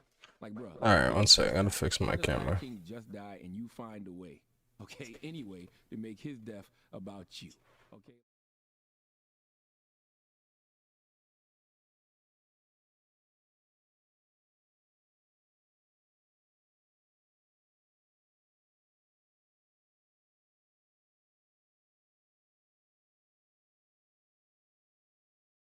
Between those 2 pieces of Wonder Bread. Okay, it's all types of fillings you could have chosen. Turkey and cheese, peanut butter and jelly, a simple grilled cheese, my personal favorite tuna fish. You could have put spaghetti in there, but instead you chose to put in between those 2 great slices of Wonder Bread the worst fillings you could find. Mayonnaise, tomatoes, and mustard. Who wants a mayonnaise, tomato, and mustard sandwich? Rice and prawns. Who wants a rice and prawn sandwich? You could have talked about the impact he had on you as a broadcaster, TV personality. Talk about the fact that if it wasn't for him, you wouldn't even have had that gig at CNN because you replaced Larry on a show that he built. Those would have been good feelings. Okay? I don't know. Yeah, I can't tell you what to say. Okay, I can't tell you what to do because I'm not you. But Larry King did tell me once that the most important question to ask in a conversation was why. That's what I would like to know. Why? We have to not only ask that question of others, but to ourselves. A simple why will usually keep you from doing digital D-head stuff like this. If you would have simply asked yourself, why am I tweeting this? Why am I tweeting this right now? Why do I need to make this statement at this moment? If you would have took Larry King's advice and simply asked yourself, why? I wouldn't be telling Dramos right now to let Remy Ma give Piers Morgan the biggest hee-haw. Hee-haw, hee-haw, you stupid motherfucker, you dumb. Now here's what I'm torn. Should you keep the same energy when someone dies? Ask me. I'm gonna get to you in a minute, okay? If that's how you felt all of this time and you've told that story before, when they pass, do you not tell that story anymore? Or do you keep that same energy when someone dies? DJ Envy, I don't know what kind of rotation I'm doing. Keep that same energy. As a matter of fact, no. Angela, let me start with you. Okay, he's too eager. Do you keep that same energy when someone dies, Angela? I think if somebody asks you a question, you can answer the question, but I would not go on and post and make somebody else's death about me and how I felt about them when they were alive. I would pass on that. A simple rest in peace. You could say something like, we had our differences, but still an icon, or something like that. But I do think it's tacky. There's people who are family members who are still alive that don't need to see that hurt. You try to act like you respected him and he was an icon, but then you went ahead and threw that extra sauce on it. That's when you make somebody's death about you, and I cannot stand when people do that. True indeed. Envy. That's good. Do you keep that same energy when someone dies? No, I keep the same energy, absolutely positively. Let me explain and break it down, right? What's the one thing that you say? For every action is what? A reaction. A reaction, Yes. right? So if you ish on me before, and there's a problem before, you go at me somehow, some way, go at my family, or whatever it may be. Maybe you just said some slick ish. Yes, I'm gonna say some slick ish back, because I've been saying it when you was alive, I'm gonna say it when you was dead. That doesn't stop you from being an icon. You're still an icon. You're still a legend. But I think you did some sucker ish, and I'm just gonna tell you about it, because I tell you about it when you was here, so I'm gonna tell you about it when you die. That's how I am. I have a feeling that you're waiting on some people to die, Envy, so you can do a mix, a mini mix. And how are you telling them about it? They're not going to hear it. Sorry, I just spit. That's disgusting. I'm going to tell you why you dead. You don't know if they're gonna hear. Let me ask you one other question, Charlamagne. Yes, sir. A long time ago, shout to Fendi. If you don't know who Fendi is, Fendi, Fab's road manager, Jadakiss's road manager. He is a legend out there. He might be their manager, I'm not sure. Now, he posted up something on his Instagram about, what, a year ago? This was a lot longer than a year ago, but he went to one of his haters' funerals. And he posted from in front of the church, and he said, I went to one of my biggest haters' funerals just to make sure he was dead. Die, haters, die. Goddamn right. That's how I am. So let's open up the phone lines. Play Breakfast Club Court right fast. Let's do it. There we go. 800-585-1051. Let's take Piers Morgan to court, all right? Now, people are mad at him for going at Larry King. Yeah. Now, I have no problem with Larry King, but there's a lot of people out there that I do have a problem with. Not to say some slickish, but with a little fervent. And if they die, they die. Am I supposed to write after you itched on me all this time? So let's open up the phone lines and ask you. 800-585-1051. Let's say somebody's itching on you. Somebody's itching on your family. Somebody's hating on you. They die. You're supposed to be all, oh, they died. Oh my gosh. Oh my God. Condolences. Or are you like, if your story has always been F that person, yada, yada, yada, I would expect you to keep the same energy. Or you could just keep it cute and Or you keep could it just keep quiet. it quiet. Word up. That's what I mean. In Piers Morgan case, he ain't have to say all keep that. it cute for what? He didn't keep it cute. She didn't keep What kind of rotation am I using, to be honest? I don't even know. I don't really care, to be honest, either. Oh shit, I used Shadow Word Death by accident. Yikes. What's wrong with me? I mean, the person's dead. I could let that hurt go after someone dies. Right? You're a hater, you're a hater. It is what it is. You get it when you're alive, you get it when you're dead. Let's open up the phone line to talk about it. Let's go. I'm a Virgo, I'm petty. 800-585-1051, let's talk about it. is brought to you by the law office of Michael S. Lamonsoff. Don't be a donkey. Dial pound 250 on All the right. cell and say the bull if you've been hurting the... Wake that ass up. Let's see what he says about that. He's gonna open the phone lines. I want to see what people say. Everybody, it's DJ Envy, Angela Yee, Charlamagne the Guy. We are the Breakfast Club. Good morning. Now, if you just joined us, Charlamagne gave Donkey of the Day to Piers Morgan. Why? Because Piers Morgan tweeted, Larry King was a hero of mine until we fell out. After I replaced him at CNN, he said my show was like watching your mother What the hell am I watching? over a cliff in your new Bentley. In parentheses, he put he married 8 times, so a mother-in-law expert, but he was a brilliant broadcaster and masterful TV interviewer. Now, I think the timing of this tweet was very poor. What did he be doing? I respect the fact that he kept the same energy. Okay, I have a can I smoke then, if you guys are gonna sit around? Don't give a damn about. I don't wish death on anyone, but if they passed away today, I would say God bless like I do everyone and keep it moving. I don't think I would express publicly right after they die. What the hell's my lighter, though? They might have been my hero at one point. That's a lie. Nah, I wouldn't rejoice. I wouldn't rejoice in them dying. I wouldn't say I rejoice. And I'm not saying Pierce rejoiced. I'm just saying the timing was bad. The tweet after that. You could have kept it. Larry King was a hero of mine. He was a brilliant broadcaster and masterful TV interviewer. Everything else in between that was petty. Even though it's the truth, it was still petty. Okay. So let me ask you a question. Mm-hmm. If Doodoo Brown, Kill Jaden must be destroyed. Something happened to him. When do you want that coming? Knowing all the things that he tried to do to ruin your career. Okay. I don't think those gems matter anymore. Feeding your family, paying your rent, and doing your career, right? Yes. Allegedly. I'll say allegedly. Yes. and something happened to him. Would you write a heartfelt thank you for getting me my I start? wouldn't say anything. I'd keep all those. I'd say God bless. People know I don't rock with that dude. But there's no, you know, if somebody like if later on in life I was telling my story, I would still tell my story the same way I did. But I wouldn't, you know, tweet right after his death. Buddy, oh, this guy's outside still. I'm glad he did X, Y, and Z to me. I wouldn't do that. Like it's pointless. Sidebar. In that biopic, he didn't seem like such a terrible guy. That's what I told Charlamagne today. I said he seemed like a cool little teddy bear. Well, then that's how I know it's a science fiction. To Wendy, he didn't seem as awful as I thought he would. Well, goddamn it, then I know that's a fictional story. And they might as well keep that movie to themselves. Friendly and so caring. All right, I was there. Okay. All right. Me and Jordan Peele would have to make the movie I saw. You made me touch my chest sometimes. What's Stephen King doing? All right. You made me go, oh, a couple of times. But anyway, let's go to the phone. Who made For Colored Girls? I need somebody that made an African American horror story. Who made Precious? Let me tell my side of the Wendy Williams doc. I'll give you something to watch. 800-585-1051. We're asking, would you keep that same energy? Hello, who's this? This is Dion Anthony, the singer from Las Vegas. Hey, Dion, the What's singer up, from Dion Vegas. Anthony? I ain't know they What's this druid waiting on?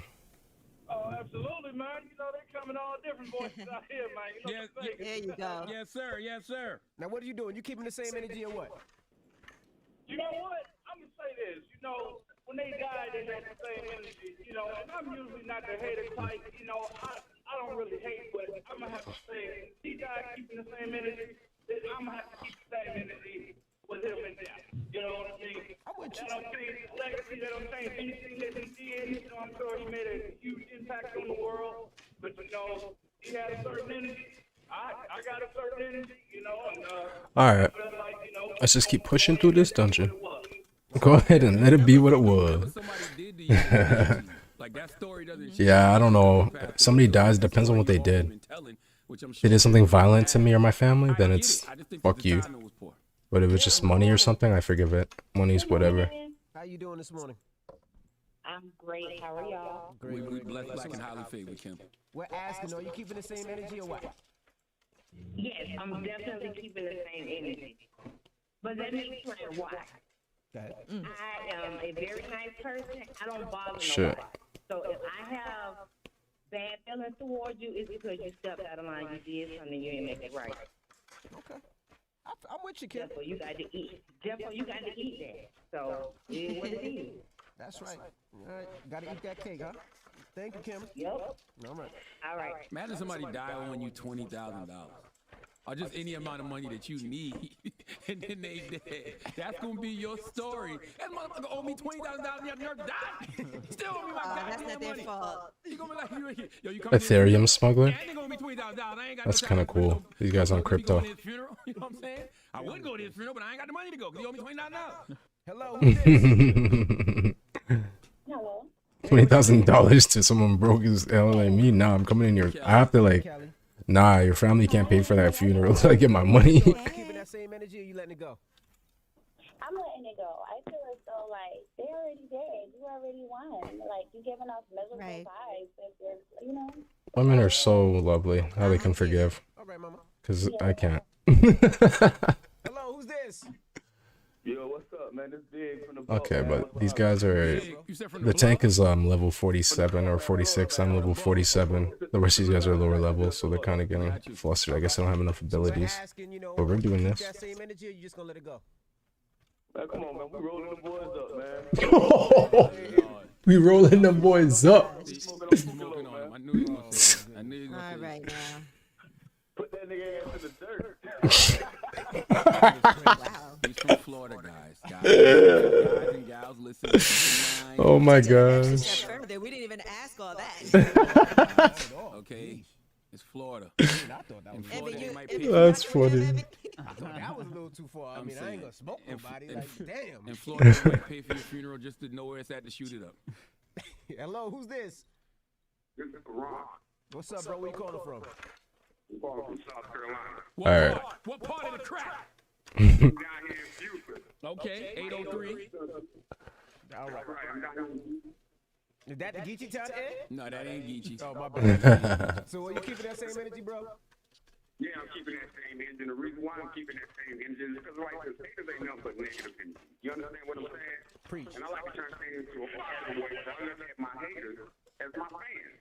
You know what I'm saying? They don't do nothing but boost me to get me more what I need to get because they want what I got and want to be who I am. So you lost one less fan when they died. Well, you know, I still came up. Why not keep the same energy? That's the question, right? I feel you. I feel you. I'm more like Angela Yee-though. I want you to. It's a cold world. I want you to be alive to see me shine. You know what I mean? That's cool too. But when you die, it is what it is. All right. I'm supposed to feel remorse. I'm supposed to feel happy. I'm supposed to not let it slide. No. We're not telling you gotta feel that way, but I'm just saying to go on social media and do all that and not thinking about that person's kids, their family. Most? You could have I was looking away for a second. Honest about how you felt when you do an interview, but a post that nobody even asked you. Yeah, that's your true. input. Well, they might have did a post when nobody asked him. He didn't care how it affected me or my family. So now He's I'm supposed to care about alive. him or his family. I Well, will he should've also died. say too though, you know, once you cross me, like when I really, really don't rock with you, you're dead to me anyway. You're dead. What's the moral of the story? Yeah. That was it? Yeah, pretty much. But I do think Piers Morgan was being petty. I think the timing was bad. Even though that is his story, the timing was all the way off. Very poor timing. Oh shoot, I did it wrong time. I just shadow word death too early. Yeah, that was about Piers Morgan talking shit about Howard Stern after his death. Would you publicly endorse Trump to be pardoned for your crimes? Yes, I would. Yes, I fucking would publicly endorse Trump to be pardoned for my crimes. That's not snitching. That's just saying you like somebody you don't. That's the easiest way out of jail. Now, if you just join us, we're talking Lil Wayne. Now, you know, a couple of months ago, people were mad at Lil Wayne, wanted to cancel Lil Wayne. Oh god, I don't know what to do. What's happening? Went to the White House, Okay. took a picture with him, and he wore that sweater. So we're asking 800-585-1051. Would you do the same if you knew that you could possibly or be pardoned for a crime that you committed? All right. Now, ask me. Yes, I would have wore the sweater. This is Wayne's second gun charge. Wayne would have Wayne might have sat down for 10 years. Shit, I'm dumb. I mean, to take a picture. I think I was doing too much. And endorse him, not just take a picture, but you also have to give your Wayne probably would have had to do what, 10 to 20 years? This is second gun charge, the felon. Yeah, I think I would. I need to fix my my chat log. I didn't see the no threat table message. I haven't played in a while. I still have all this stupid reputation games and stuff. If somebody knows, let me know how to turn off the reputation games and stuff thing quick. Okay, what about you, Charlamagne? I don't think it's a fair question. Because it's easy to say what Oh, you this guy would said a long do time ago. when you're not in that Nah, you. situation. You know We're saying we wouldn't do the morally right. Oh, I wish I It's could easy to say say you tell him would. that guy was a baby, kind of. right, though. That we were playing with. This guy got voted out the group, but that's why you just don't talk in these groups, man.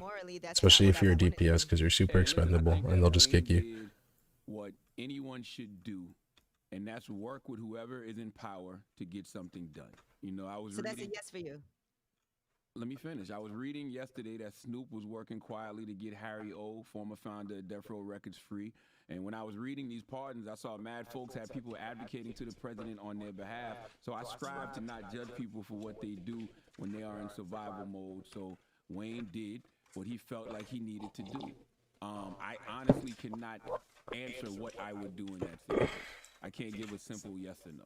So you wouldn't wear a sweater and leggings like he? You wouldn't do that to make If I sure was that to wear that sweater, I would have wore it with some khakis. Did Wayne have on khakis? I think he.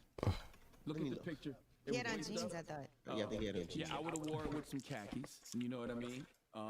But I don't know. I don't know what I would have done in that situation. But I'm not mad at Wayne for what he did. I know that much because, like I said, I'm not judging people for what they do when they are in survival mode. I'm just not. So would you have done it or not, or would you say, you know, I'm gonna sit down for 15 I don't years? know. I really don't know what I would have done in that situation. That's why I say I don't think it's a fair question because it's easy to say what you would do when you're not in that situation. Yeah, it's easy to say, yeah, I would do it. Or it's easy to say, no, I wouldn't do it. I don't know what I would do. Close your eyes.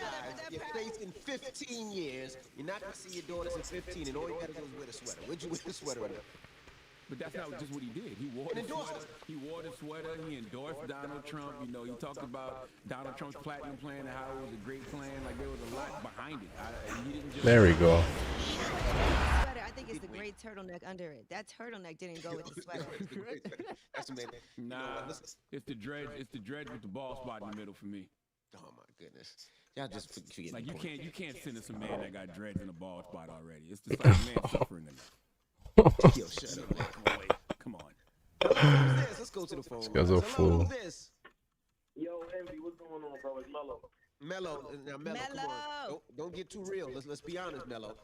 They're about to give you maybe 10 to 20 years. It's your second gun charge. That's right. All you gotta do is put on that sweater. Put on the sweater and hold Donald Trump's penis when he pees and shake it after he's done. You ain't gotta do that. But you gotta put on the sweater, Mello, and endorse Donald Trump. You doing it? No. Mello. I mean, You lying, Mello. You lying. Mello. Why you gonna tell a man he lying? I have morals. First of all, I'm not putting myself in a position to get locked up. I'm not putting myself in a position where I'm gonna need. That we didn't ask that. We didn't ask you that, so you can't do that. You can't play that part of the game. I keep telling y'all it's not a fair question. It's not That's what that you easy did, to Mello. say yes or It's no. not a fair question. We don't like Trump. Like Wayne don't even like Trump. Like look at his dreads. He don't like. How do you know?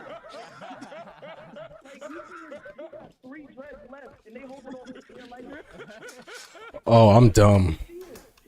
And you're wondering why he was on Trump. Like he did it for hip hop, I guess. But like, look at him. Look at your dreads. Look at who you support. We talking about you, Mello. We talking about what would you do? Mello said no. I'm not doing it. You just want to lock me up. All right, Mello. That's what Oh my said. It's not gosh, a I'm so fair dumb. question because it's easy to say what you would do when you're not in that situation. I don't think anybody wants to go to jail. No. All right? And I don't think that you're going to go to jail if you have the option to do that. Put on a sweater, you know, the turtleneck, go in there with your 3 dreadlocks. I don't think anybody would, you know, just say, hey, I'm going to accept jail time. If it's something that simple, I have to do. But you just never know till you're in that situation. Well, Mello said he would go to jail. Let's go to another caller. Hello, who's this? Susan has. Hey, now we're asking if, you had a gun charge and you could possibly get 10 to 20 years in prison. Or you had to wear that sweater and, I don't even know why I keep saying wear the sweater. But if you had to endorse Donald Trump, would you do it? No. You would go to jail for 10 years. Yeah, I go to jail. I don't believe. See, okay, I respect your answer, but once again, I just don't think this is an easy question. It's just not. None of us are in that situation. I'm loyal to my people. I'm not loyal to Trump. He don't care nothing about any of us. Yeah, but what about Wayne's kids?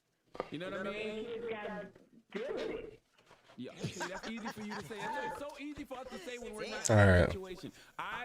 Let's get this stuff figured out and get into this PvP really quick. And a true answer because he did the crime, do the time. You sound like you got 2 cornrows. 2. And yeah, am I lying? How many cornrows you got? 3. None. Oh man, you a bald head scallywag. Ain't got no hair in the back. All right. Thank you. Oh my goodness. 800-585-105. These guys kill me. When Wayne posted the picture of Donald Trump wearing that Oh, they're sweater, already in PvP, everybody right. got away. Now when he's partying, they giving him flower emojis, fire emojis, welcome home to go. Yes. So But like you said, we heard a lot of people behind the scenes who were actually trying to get Kodak Black got pardoned. We don't know. And he was vocal about his support for Donald Trump too, right? I never heard Kodak Black support Donald Trump. I don't remember that. I never heard that. I know he wanted to get pardoned. But I definitely heard him say, "Yo, I want to get pardoned by Trump," and he would donate $1 million to some charity if he got pardoned by Trump. And I never heard him endorse him. I didn't kill anybody. I strive to not judge people for what they do when they are in survival mode. Wayne did what he felt was best for Wayne. I'm not mad at that. I don't think it's an easy question just to say what would you do in that situation. 800-585-1051 is the Breakfast Club. Good morning.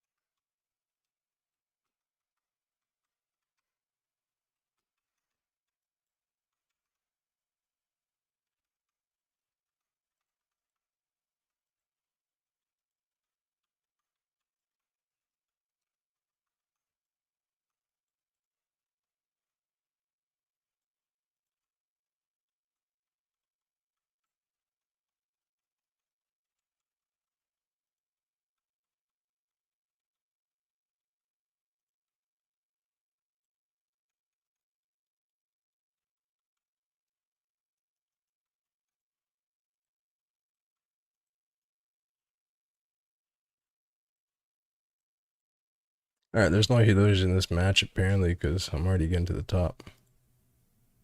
This is the Rumor Report with Angela. Oh shit, where's it? On the Breakfast Club. Well, they've just released a trailer to a movie called Boogie, which stars Pop Smoke. And now that movie will be released on March 5th, and here is the trailer. No one believes in an Asian basketball player.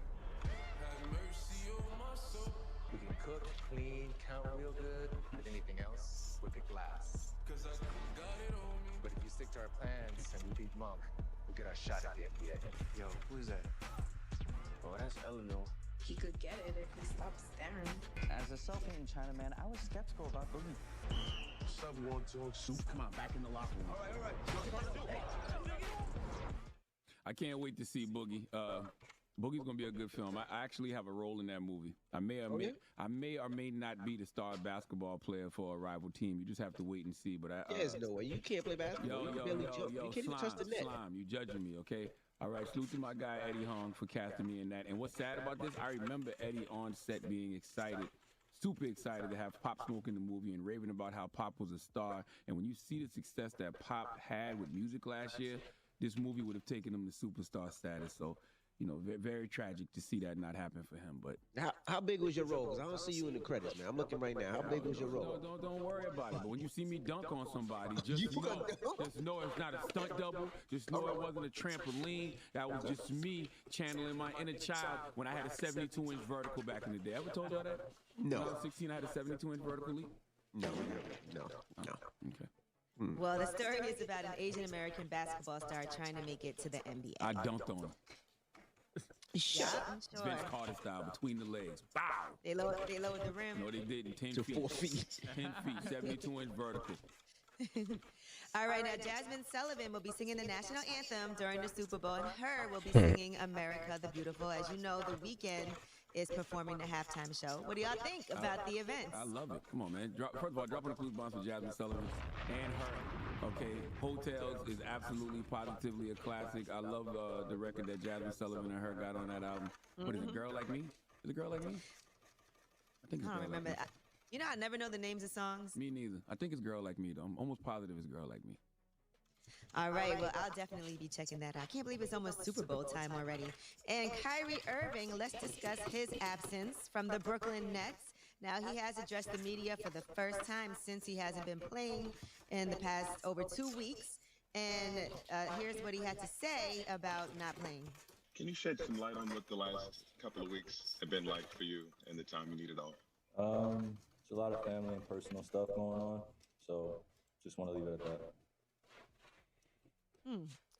All right, and again, we never know what's happening in people's real lives. Now, he also talked about This guy's gonna do shit to me. being supportive.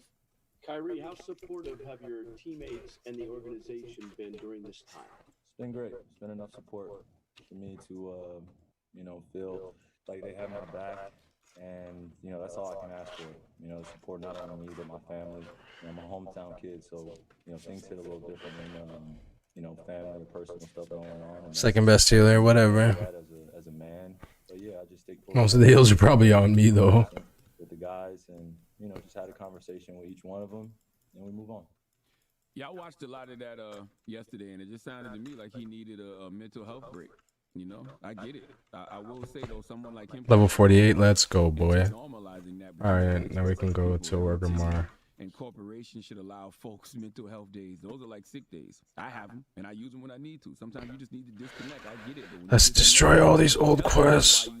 Telling you why you disconnected, you leave it up to the public to come to their own conclusions and create their own narratives. That's what happened in this situation with Kyrie. Right. Well, I'm sure his teammates knew because he did say they were supportive of him, but the general public just didn't know, and maybe he needed a moment for that too. Now, how do you separate what's going on in your real life from work? Here's what he said. Just a separation between what's going on here, when I'm playing professionally, and what's going on out in the world. And if you don't create that distinction, then it's easy to feel the weight of the world while you're going out there and playing. So, I would be lying sitting here and saying I don't feel what's going on in the world, and nor am I paying attention to it. I just have a huge responsibility, I feel, to continue to There we serve go. I got my the quest. community and the underserved. And We can do the expansion now. leave knowledge with these guys and commit to something, like I always say, bigger than ourselves. Listen, I can't show up for you if I need somebody to show up for me right now. I can't pour into you if I have nothing to give. If I'm empty, I can't give you anything. So sometimes you got to sit down and recharge. So I have something to give my job. You know what I mean? I have something to give my team. Yeah, I'm not mad at that. All right, well, Kyrie is happy to be back. For me, I'm just taking every day, just being grateful. And, you know, I'm back. I'm happy to be back. And we got some great pieces, and we just move on. And I let my actions in my game speak for itself, like I planned on doing. You know, just needed a pause. I get it. All right. Man, you mental health days should be like sick days for every corporation. Period. All right. Well, he is expected to play tonight, so they'll be playing the Cavs tonight. So yes, that's the expectation. Well, get ready for all of that judgment and critique that's going to come, because people can't wait to pick that situation apart. Yeah, he still gets busy though, regardless. So I'm sure he's not worried about that It's part. going to work. You just want to see if it's going to work. Oh, the three shooters? Yeah. Durant and Kyrie Irving. I mean, it's only one ball. You know, I just want to see how it's going to work. That's all. Okay. Well, since we're talking basketball, I just want to also send a shout out to Delonte West. Apparently now he does have a job working at the same rehab center that he just was attending. So it's the Rebound Therapy Center in Florida. And as you remember, Dallas Mavericks owner Mark Cuban That's what's up. Delonte West with his mother in September. They've been staying in close contact. He's been having some well-documented struggles dealing with mental health issues. He struggled with substance abuse after the end of his career playing basketball. He had multiple arrests, a lot of different incidents that happened publicly. He was estranged from his family and friends. Then there were some pictures that surfaced of him where he was not looking too healthy. And Mark Cuban stepped in, got him to reunite with his family, got him to go to a recovery center, and now he's working. Incredible. Drop on the clues bombs for Mark Cuban. Drop on the clues bombs for Delonte West for getting it together. See what happens when somebody cares. All right? People just need folks to put their arm around them sometimes. You know what I mean? People be wanting to get up. It's not like they want to stay down. Just sometimes they need some assistance. That's all. All right, well, that is your reports. All right, now also shout out to DJ Self, man. It's today's DJ Self's birthday, man. So, I don't know, maybe with his hair or something. I don't know. Somebody sent me a reel of DJ Self, and they were so mad at DJ Self's outfits. All his outfits, I see that. Man, that was crucial. Bro. Like, man. And you know what it is? Like, I'm not a fashionista. But here's the thing: I don't attempt to dress up. Self attempts to. That's what makes it look crazy. All right. And I'm tired of you city folk acting like y'all not as country as the rest of us. Y'all match everything. There's no proof Self's from New York. There's no proof he's from Brooklyn. Man, stop. Y'all match everything. Colorful this, colorful that. I seen DJ Self with New York Knicks boxer shorts, socks, hats. How you find a New York Knicks wife beater? Where you get New York Knicks jeans from? They make New York Knicks jeans? I don't know. I heard Self originally from South Carolina. I don't know. But that's absolutely not true. Now we got front page news coming up. Well, yes, let's talk about Joe Biden and Kamala Harris. They are making history today. Joe Biden will be sworn in as the 46th president of the United States. Obviously, Kamala Harris is making history as the first ever woman who is a vice president in the United States. And we'll tell you what some of the first things are going to be that they do. I heard they're going to pardon some of Self's outfits. That's going to be like the first 3 days. That's what I heard. All right, we'll get into that next. It's the Breakfast Club in the morning. Sitting there doing some disenchanting. 11 minutes until I got to take the ribs and broil them, so I guess I got to be back for them.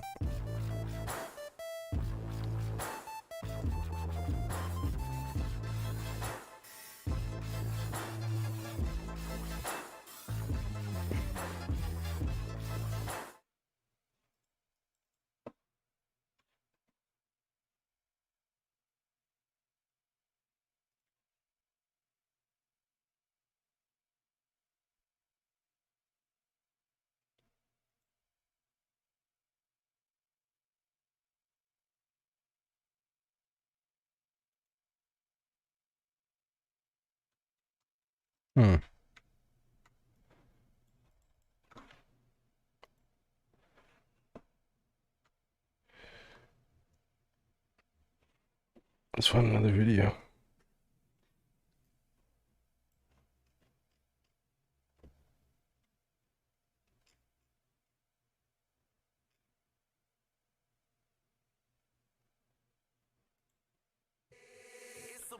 What's going on? Rumor report, rumor report. This is the Rumor Report Talk to him. with Angela Yee on The Breakfast Club. Well, Spinderella was not too happy about this Salt and Pepper biopic that was on Lifetime over the weekend. She didn't have anything to do with it. Now, when we had Salt and Pepper on The Breakfast Club, here is what Salt had to say about their ongoing disputes. There's always been a lot of attempts to compromise, to satisfy on everybody's part. And it just never got to a place where it was what she thought it should be. And so sometimes things come to a head. It's unfortunate, but internally, sometimes things get to a point where you have to part ways. We wish Spinderella the best. We're open to whatever can happen in the future. I've reached out to her. I haven't gotten anything back, but my heart is open. Well, Spinderella took to social media and said, sorry, but I got to speak on this Lifetime special. Too often, Black women who have made meaningful contributions in their industry are left out of historical narratives. Back when Salt and Pepper was building our legacy, which is rooted in empowering women, I could not have dreamed that this same group would one day disempower me. Words cannot fully express my disappointment when I learned a decision was made to move forward with a Lifetime biopic that wrongfully excluded me from every aspect of development and production, all the while using my image throughout, given that I played an integral role in the group's story and success. There's nothing more unacceptable than a woman being silenced by another woman. I do, however, want to offer a huge congrats to the talented actresses that represented us, including Monique Paul, who I wish would have been given an opportunity to share my true perspective with. In reflection, I'm grateful I've managed to uphold a 30-year career, and she did say that she does have a book on the way. She said 30 plus years is a lot of content, and I'm ready to share. Yeah, I mean, that sucks, because Spinderella was a very important piece to that group, so she should have had her input involved in the film. They didn't make her look bad in the film, but they didn't give her any real looks, period.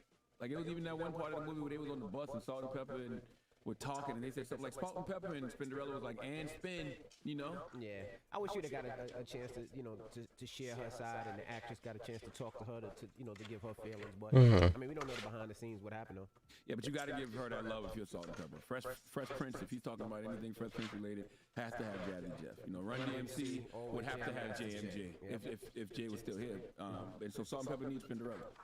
But it's interesting because Herbie Lovebug also didn't have anything to do with developing this, because they were saying this is really more about Salt and Pepper and their friendship with each other and having that group. But I think it would have made it better if the people involved could have had their say. But I guess the story is about their friendship, because they were best friends before they formed the group. So, and there's so much history between them. That's a lot to go through. But yeah, Herbie Lovebug, who was very integral in forming Salt and Pepper, he also didn't have a say. Yeah, I mean, the story was about Salt and Pepper, so that was the reason why, I'm sure.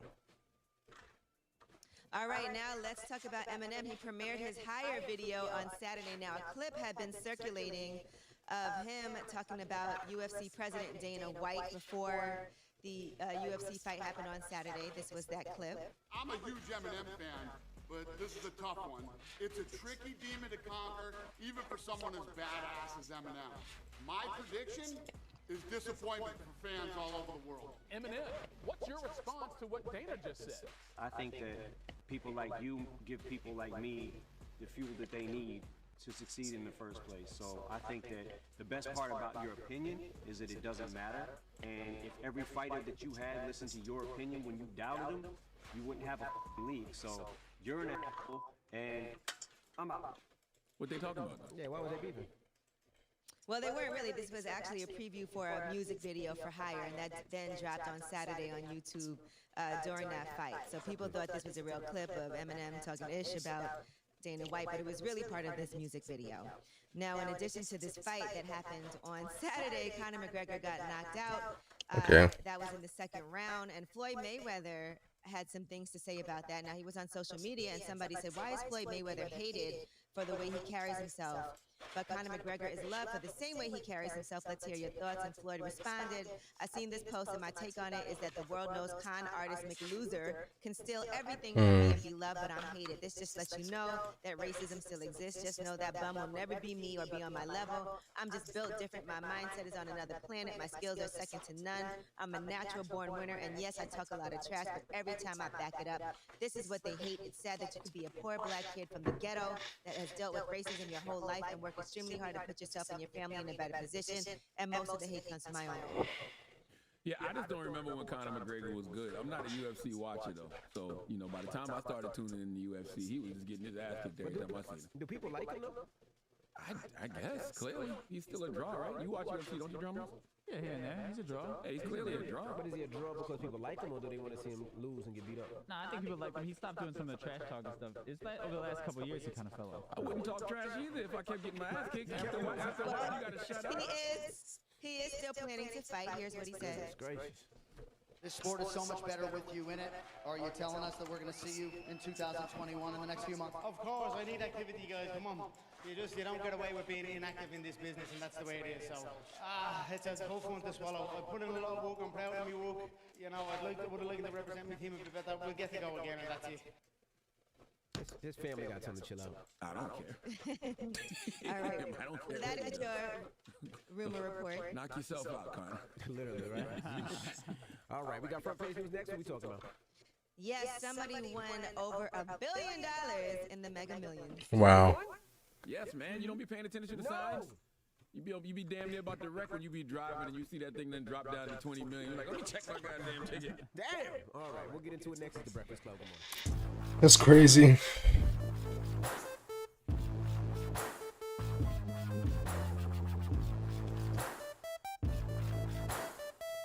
$1 billion. Wow.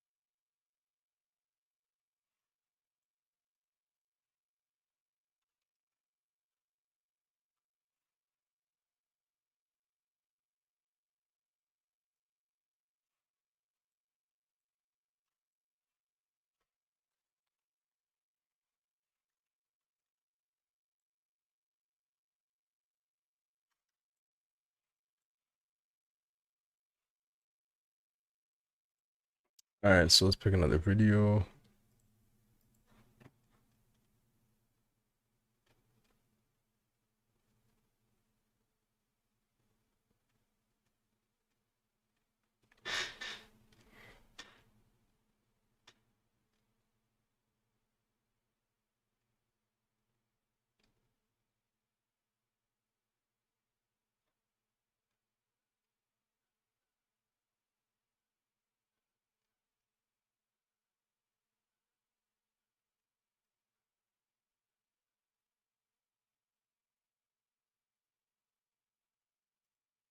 Know how she jazzes up the TV tracks. She did it. Remember she said the Michael Jackson 5 samples expensive, whatever. She started talking about this shit cool. Yeah. I couldn't do that. Again, I scored for Keisha. Girl in the movies versus Give It Up to Me. Mm-hmm. Keisha is the answer. Mm-hmm. Yeah, but see where it's getting scary? Mesmerize versus Let It Go. I give it to Mesmerize Ashanti. Mm-hmm. Foolish Ashanti is getting it. Mm-hmm. Round 18 is The Way That I Love You versus You Complete Me. Mm-hmm. Ashanti. 19, Don't Let Me. Yeah, Ashanti sweeps the rest of the way. Okay, so but by like that I point said, in my score, it's too late to catch her. No way. I just gave Ashanti. I just gave Keisha Cole 6 in the first 10 and Ashanti, 5. And Ashanti won the last 4. I know, but Keisha won the 5 of the first 6 in the second half to me. No. Fuck Which one did she lose? Well, you had her losing What's Love. Yeah. She lost. What else did you have her losing here? Go back to it. I had 11-9 Ashanti. And I had 11-9 Keisha. 11-9 Ashanti. I had 11-9 Keisha. I'm hearing a lot of 11-9 either way. I also told y'all if this battle is close at all, I give it to Keisha. Now let me talk about my personal. That's my ribs. Because that exists here. But not because I favor one artist more than the other. They both were instrumental to me. They both fire. It's something to be said for an artist who just shows up as the instrument and does it. Y'all have to know that I always feel a sore spot in my heart for that person. The person that's forced to do it without the backing, without the label, without this, without that. I just have to do it. And when the label leaves, I just got to keep doing it. I just got to do it. Fuck it. Just my voice, my pen. That's it. There's no fancy features. There's no cosign. There's no big to-do. I don't have makeup. I'm not the prettiest. I'm not saying she's not. I'm just saying. Keisha Cole has a lot of big features. She was on the major, wasn't she? Yeah, she was on the major.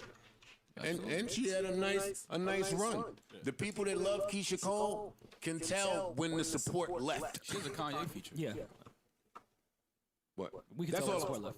That's all. Sure. I would say the same for Ashanti, potentially. I was just gonna say, yeah, it happened with Ashanti. She just didn't stay as active as Keisha tried to. Yeah, after that happened. Yeah. And I don't put Ashanti in that boat, to be honest with you. Yes, that happened to Ashanti. But Ashanti was afforded the world upon arrival when she signed. Because of the Let's get past this little Ashanti shit. I don't care about this. Song list, we wouldn't need to do. Because you're arguing about females for too long. Alright, I gotta check on the ribs actually. Let me throw up a be right back. Chris Lamont Brown. CLB, Certified Lover Boy, won't be dropping in January. I'm looking forward to sharing it with you all in 2021. Elusive guy. Sounds like a summer drop. So it's not ready. Cool. Yeah, what is there to report? I don't want an unready album. Hey, the boys said they ain't ready.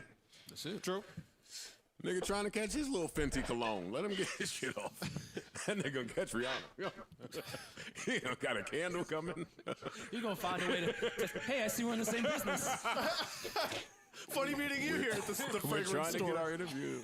The fragrance store. Avery, starting a new venture. Need some advice. We're trying to get an interview, which is exactly. I gotta what check we're on gonna these do, ribs though. though. They smell delicious. No, this Getting the is same how you line of get work. back with your ex when you have money.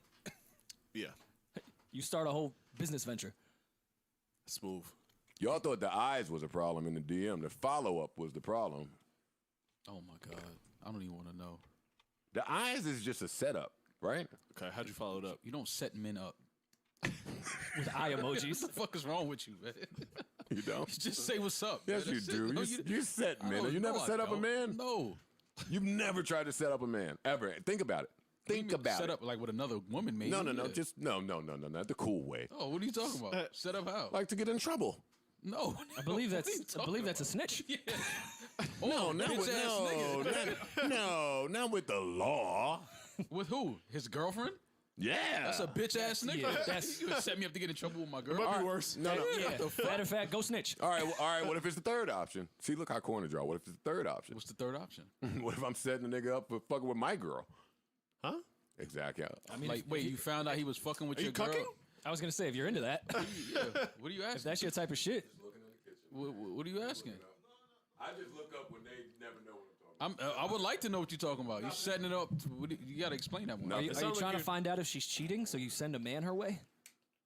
That's And then Or how are do you you trying to- how do you vet who's dope? Are you trying you to off share your her? taste? like, what if you try to set him up with your girl to see if your girl would cheat and like he actually hit though?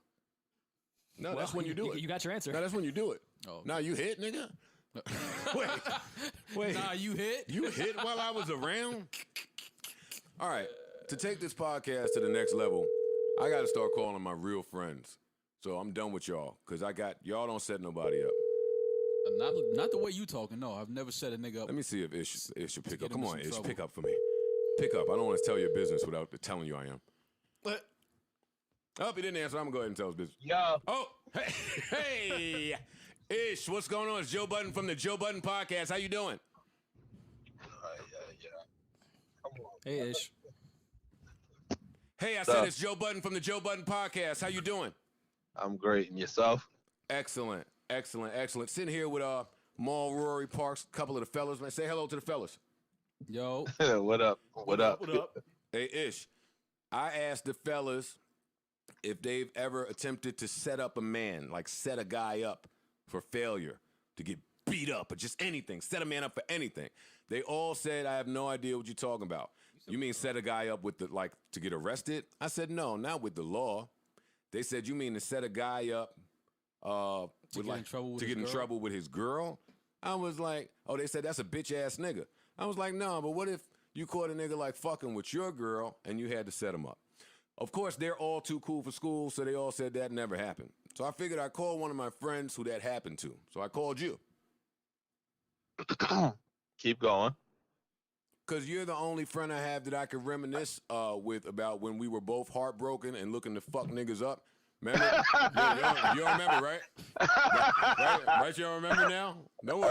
You don't remember calling me, yo, I need to ride by somewhere. What you doing? Yo, why do you keep flipping that story? That's you doing the drive-by. No, we both did it. No, yo, this guy. Ish, we took I'm not doing. Hey, Ish, you picked me up. We drove by your people's shit real quick, scoped the scene out, kicked the door. Hey, and then we drove. Hey, they lived up the street. Hey, go bust a left. Hey, Maul. Hey, Maul. Maul was around back in them days. That was. But Maul act like he don't remember. No, I've never said a nigga like he never to get knows. in trouble with a bitch. What are you talking about? No. You never rolled by to lay up on a nigga, wait for him to come out for work. No. I hate Maul. I hate Maul. No, nigga. Why were y'all doing that? Let her go. Hey, yo, no, not y'all. Joe was doing that. Yeah. Oh, yeah. okay. I wasn't. Yeah, I wasn't laying up. No, I wasn't laying up anywhere. Again, I remember when we both were a little angry? Down and out, a little down and out, but I wasn't doing no drive-bys. Oh, that was Joe's sauce.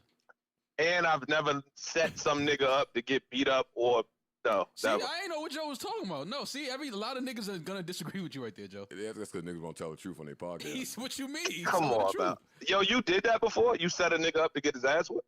No, not set a nigga up to get his ass whipped. I definitely. You set a nigga up to get caught by his bitch? No, that's worse no. Part. But I definitely laid outside, laid underneath some nigga's car. Let me ask you this. Yo, let me ask you this. Yo, what you was gonna do when the nigga came out? Oh, he didn't come out. He must have known. You need an oil change. He must have known. He didn't want to run me over. Hey, I fell asleep under there. Falling asleep under a car is fucking crazy. One day, lucky on your one day I'm gonna call you so you could tell the world when I almost got us killed and beat up in Heavens. Oh, Jesus Christ! Ish need to come on this. But can you come on this podcast one day? Honestly. Yeah, whenever you wish, bro. All right, you keep saying that. Right whenever now. you want, though. All right, come right now. Come right now. Yeah, I'm gonna drive the Queens right now. All right, nigga, I'm hanging up. Bye. Goodbye, man. Later, y'all. Peace. Heavens was a violent place. It was. I walked by it frequently while violence was happening. Like, I'm just trying to go get Q-tips. There was bodies littered outside Heavens. I almost got me and Ish killed that night. Like, That's killed, hilarious. really. God has saved my life on so many occasions. The inauguration. We almost What? You don't remember when we missed just getting shot by about 30 seconds in front of Heavens? And they killed that dude out front? We was parked where the murder happened. Yeah. Like, excuse me, can you move your car? By 30 seconds, we missed that. Damn. Sometimes just walking up Steinway, like you have to be careful about what the commotion is and what to be nosy with. Like sometimes I tap the security. It was a big crowd across the street. I tapped the security in front of Melody, like, "Hey man, what's going on out there?" Yeah, man, dude just drove by, shot this whole shit up. So that dude over there that's laying down, yeah, he's dead. That's Steinway. Yeah. That's how I learned. It's been some interesting nights over here. That's how I learned that. And this is stupid to say that this is how you learned this, but that situation is how I learned that when you die, your dick gets hard.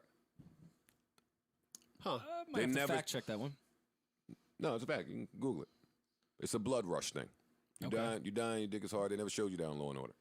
I've heard that people shit themselves. But dude that was laying there on Steinway and they kept walking by him, Rest in peace to dude too, because that was a horrible, horrible night. That was bad. Yeah. That was bad. That went from Starlets to Steinway. So you saw a dead body and you noticed he had a stiffy? Is that what you I telling didn't me? want to ask it. Like, fuck all this, I was gonna other let it shit go, you Mo. talking about right now. Is that where you going with this story? Because you say, yo, dude on Steinway, rest in peace, but you know, He and was then you hard. went somewhere else. Like, if you telling me you saw a dead body and noticed that this nigga had a woody, me and you gonna go outside and shoot the fit right now. Is all I'm saying. He said that was a tragedy. Well, you keep but trying Duke to is make me packing. gay. That's what And Rory keeps trying to make you gay. No. And Parks I'm thinks not- the three of us are gay. I'm not trying to make So, anybody I want nothing y'all- that they're not. I'm asking. No, I you, didn't asked notice you. his hard dick Okay, that's all as I he was asked. laying That's there. all I asked. It just sounded deceased. like It sounded like you were taking it that's there. where you were Yeah, I don't going. know. It sounded like that's Well, where you were when going. when the ambulance and all that shit came, I did ask why he's naked. Okay. Because they stripped him naked. And in them telling the story of why he was naked, they say, yeah, and people keep walking by because his dick is hard, and that's what happens when you die. Your dick is hard. I'm like, all right, I learned something. Thank you, security guy who knows what happens when people die. I didn't know that. Now, Was he coming out of a strip club? What? Nah, you know what they said? Oh, that's what you said? That was a great He shot. might have thought he had action. You know what I'm saying? Niggas came and pushed his shit back. That's fucked up, man. He on his way to get some action. You know what I mean? Just pop the blue boy inside the spot. It's not Pop, Thursday. pop the nah You mean. popped the nah mean. You're not walked flagging outside. nothing, huh? You didn't flag a thing. You like that, right? You like Mom made a little funny, huh? I'm just saying, that's a wild story, man. That's a wild story. I just had to I jump never heard into that it. before. Yeah. Y'all are nuts. Yeah. I'm just, trying to clear up the story, that's all. I mean, Dude was in gotta go. dude was in the strip club, looking like he was having a good night. I guess something happened with a dude. Something happened. You want to leave the spot. He left the spot, went to another spot, got followed to the other spot, and nigga just went right in the spot with it on him and got busy. Damn. Well, Heavens is no longer open. As soon as he parked the car. Neither is the hookah spot that this happened in front of it, because this wasn't Heavens. Rory's talking about a different dead body. Oh, okay.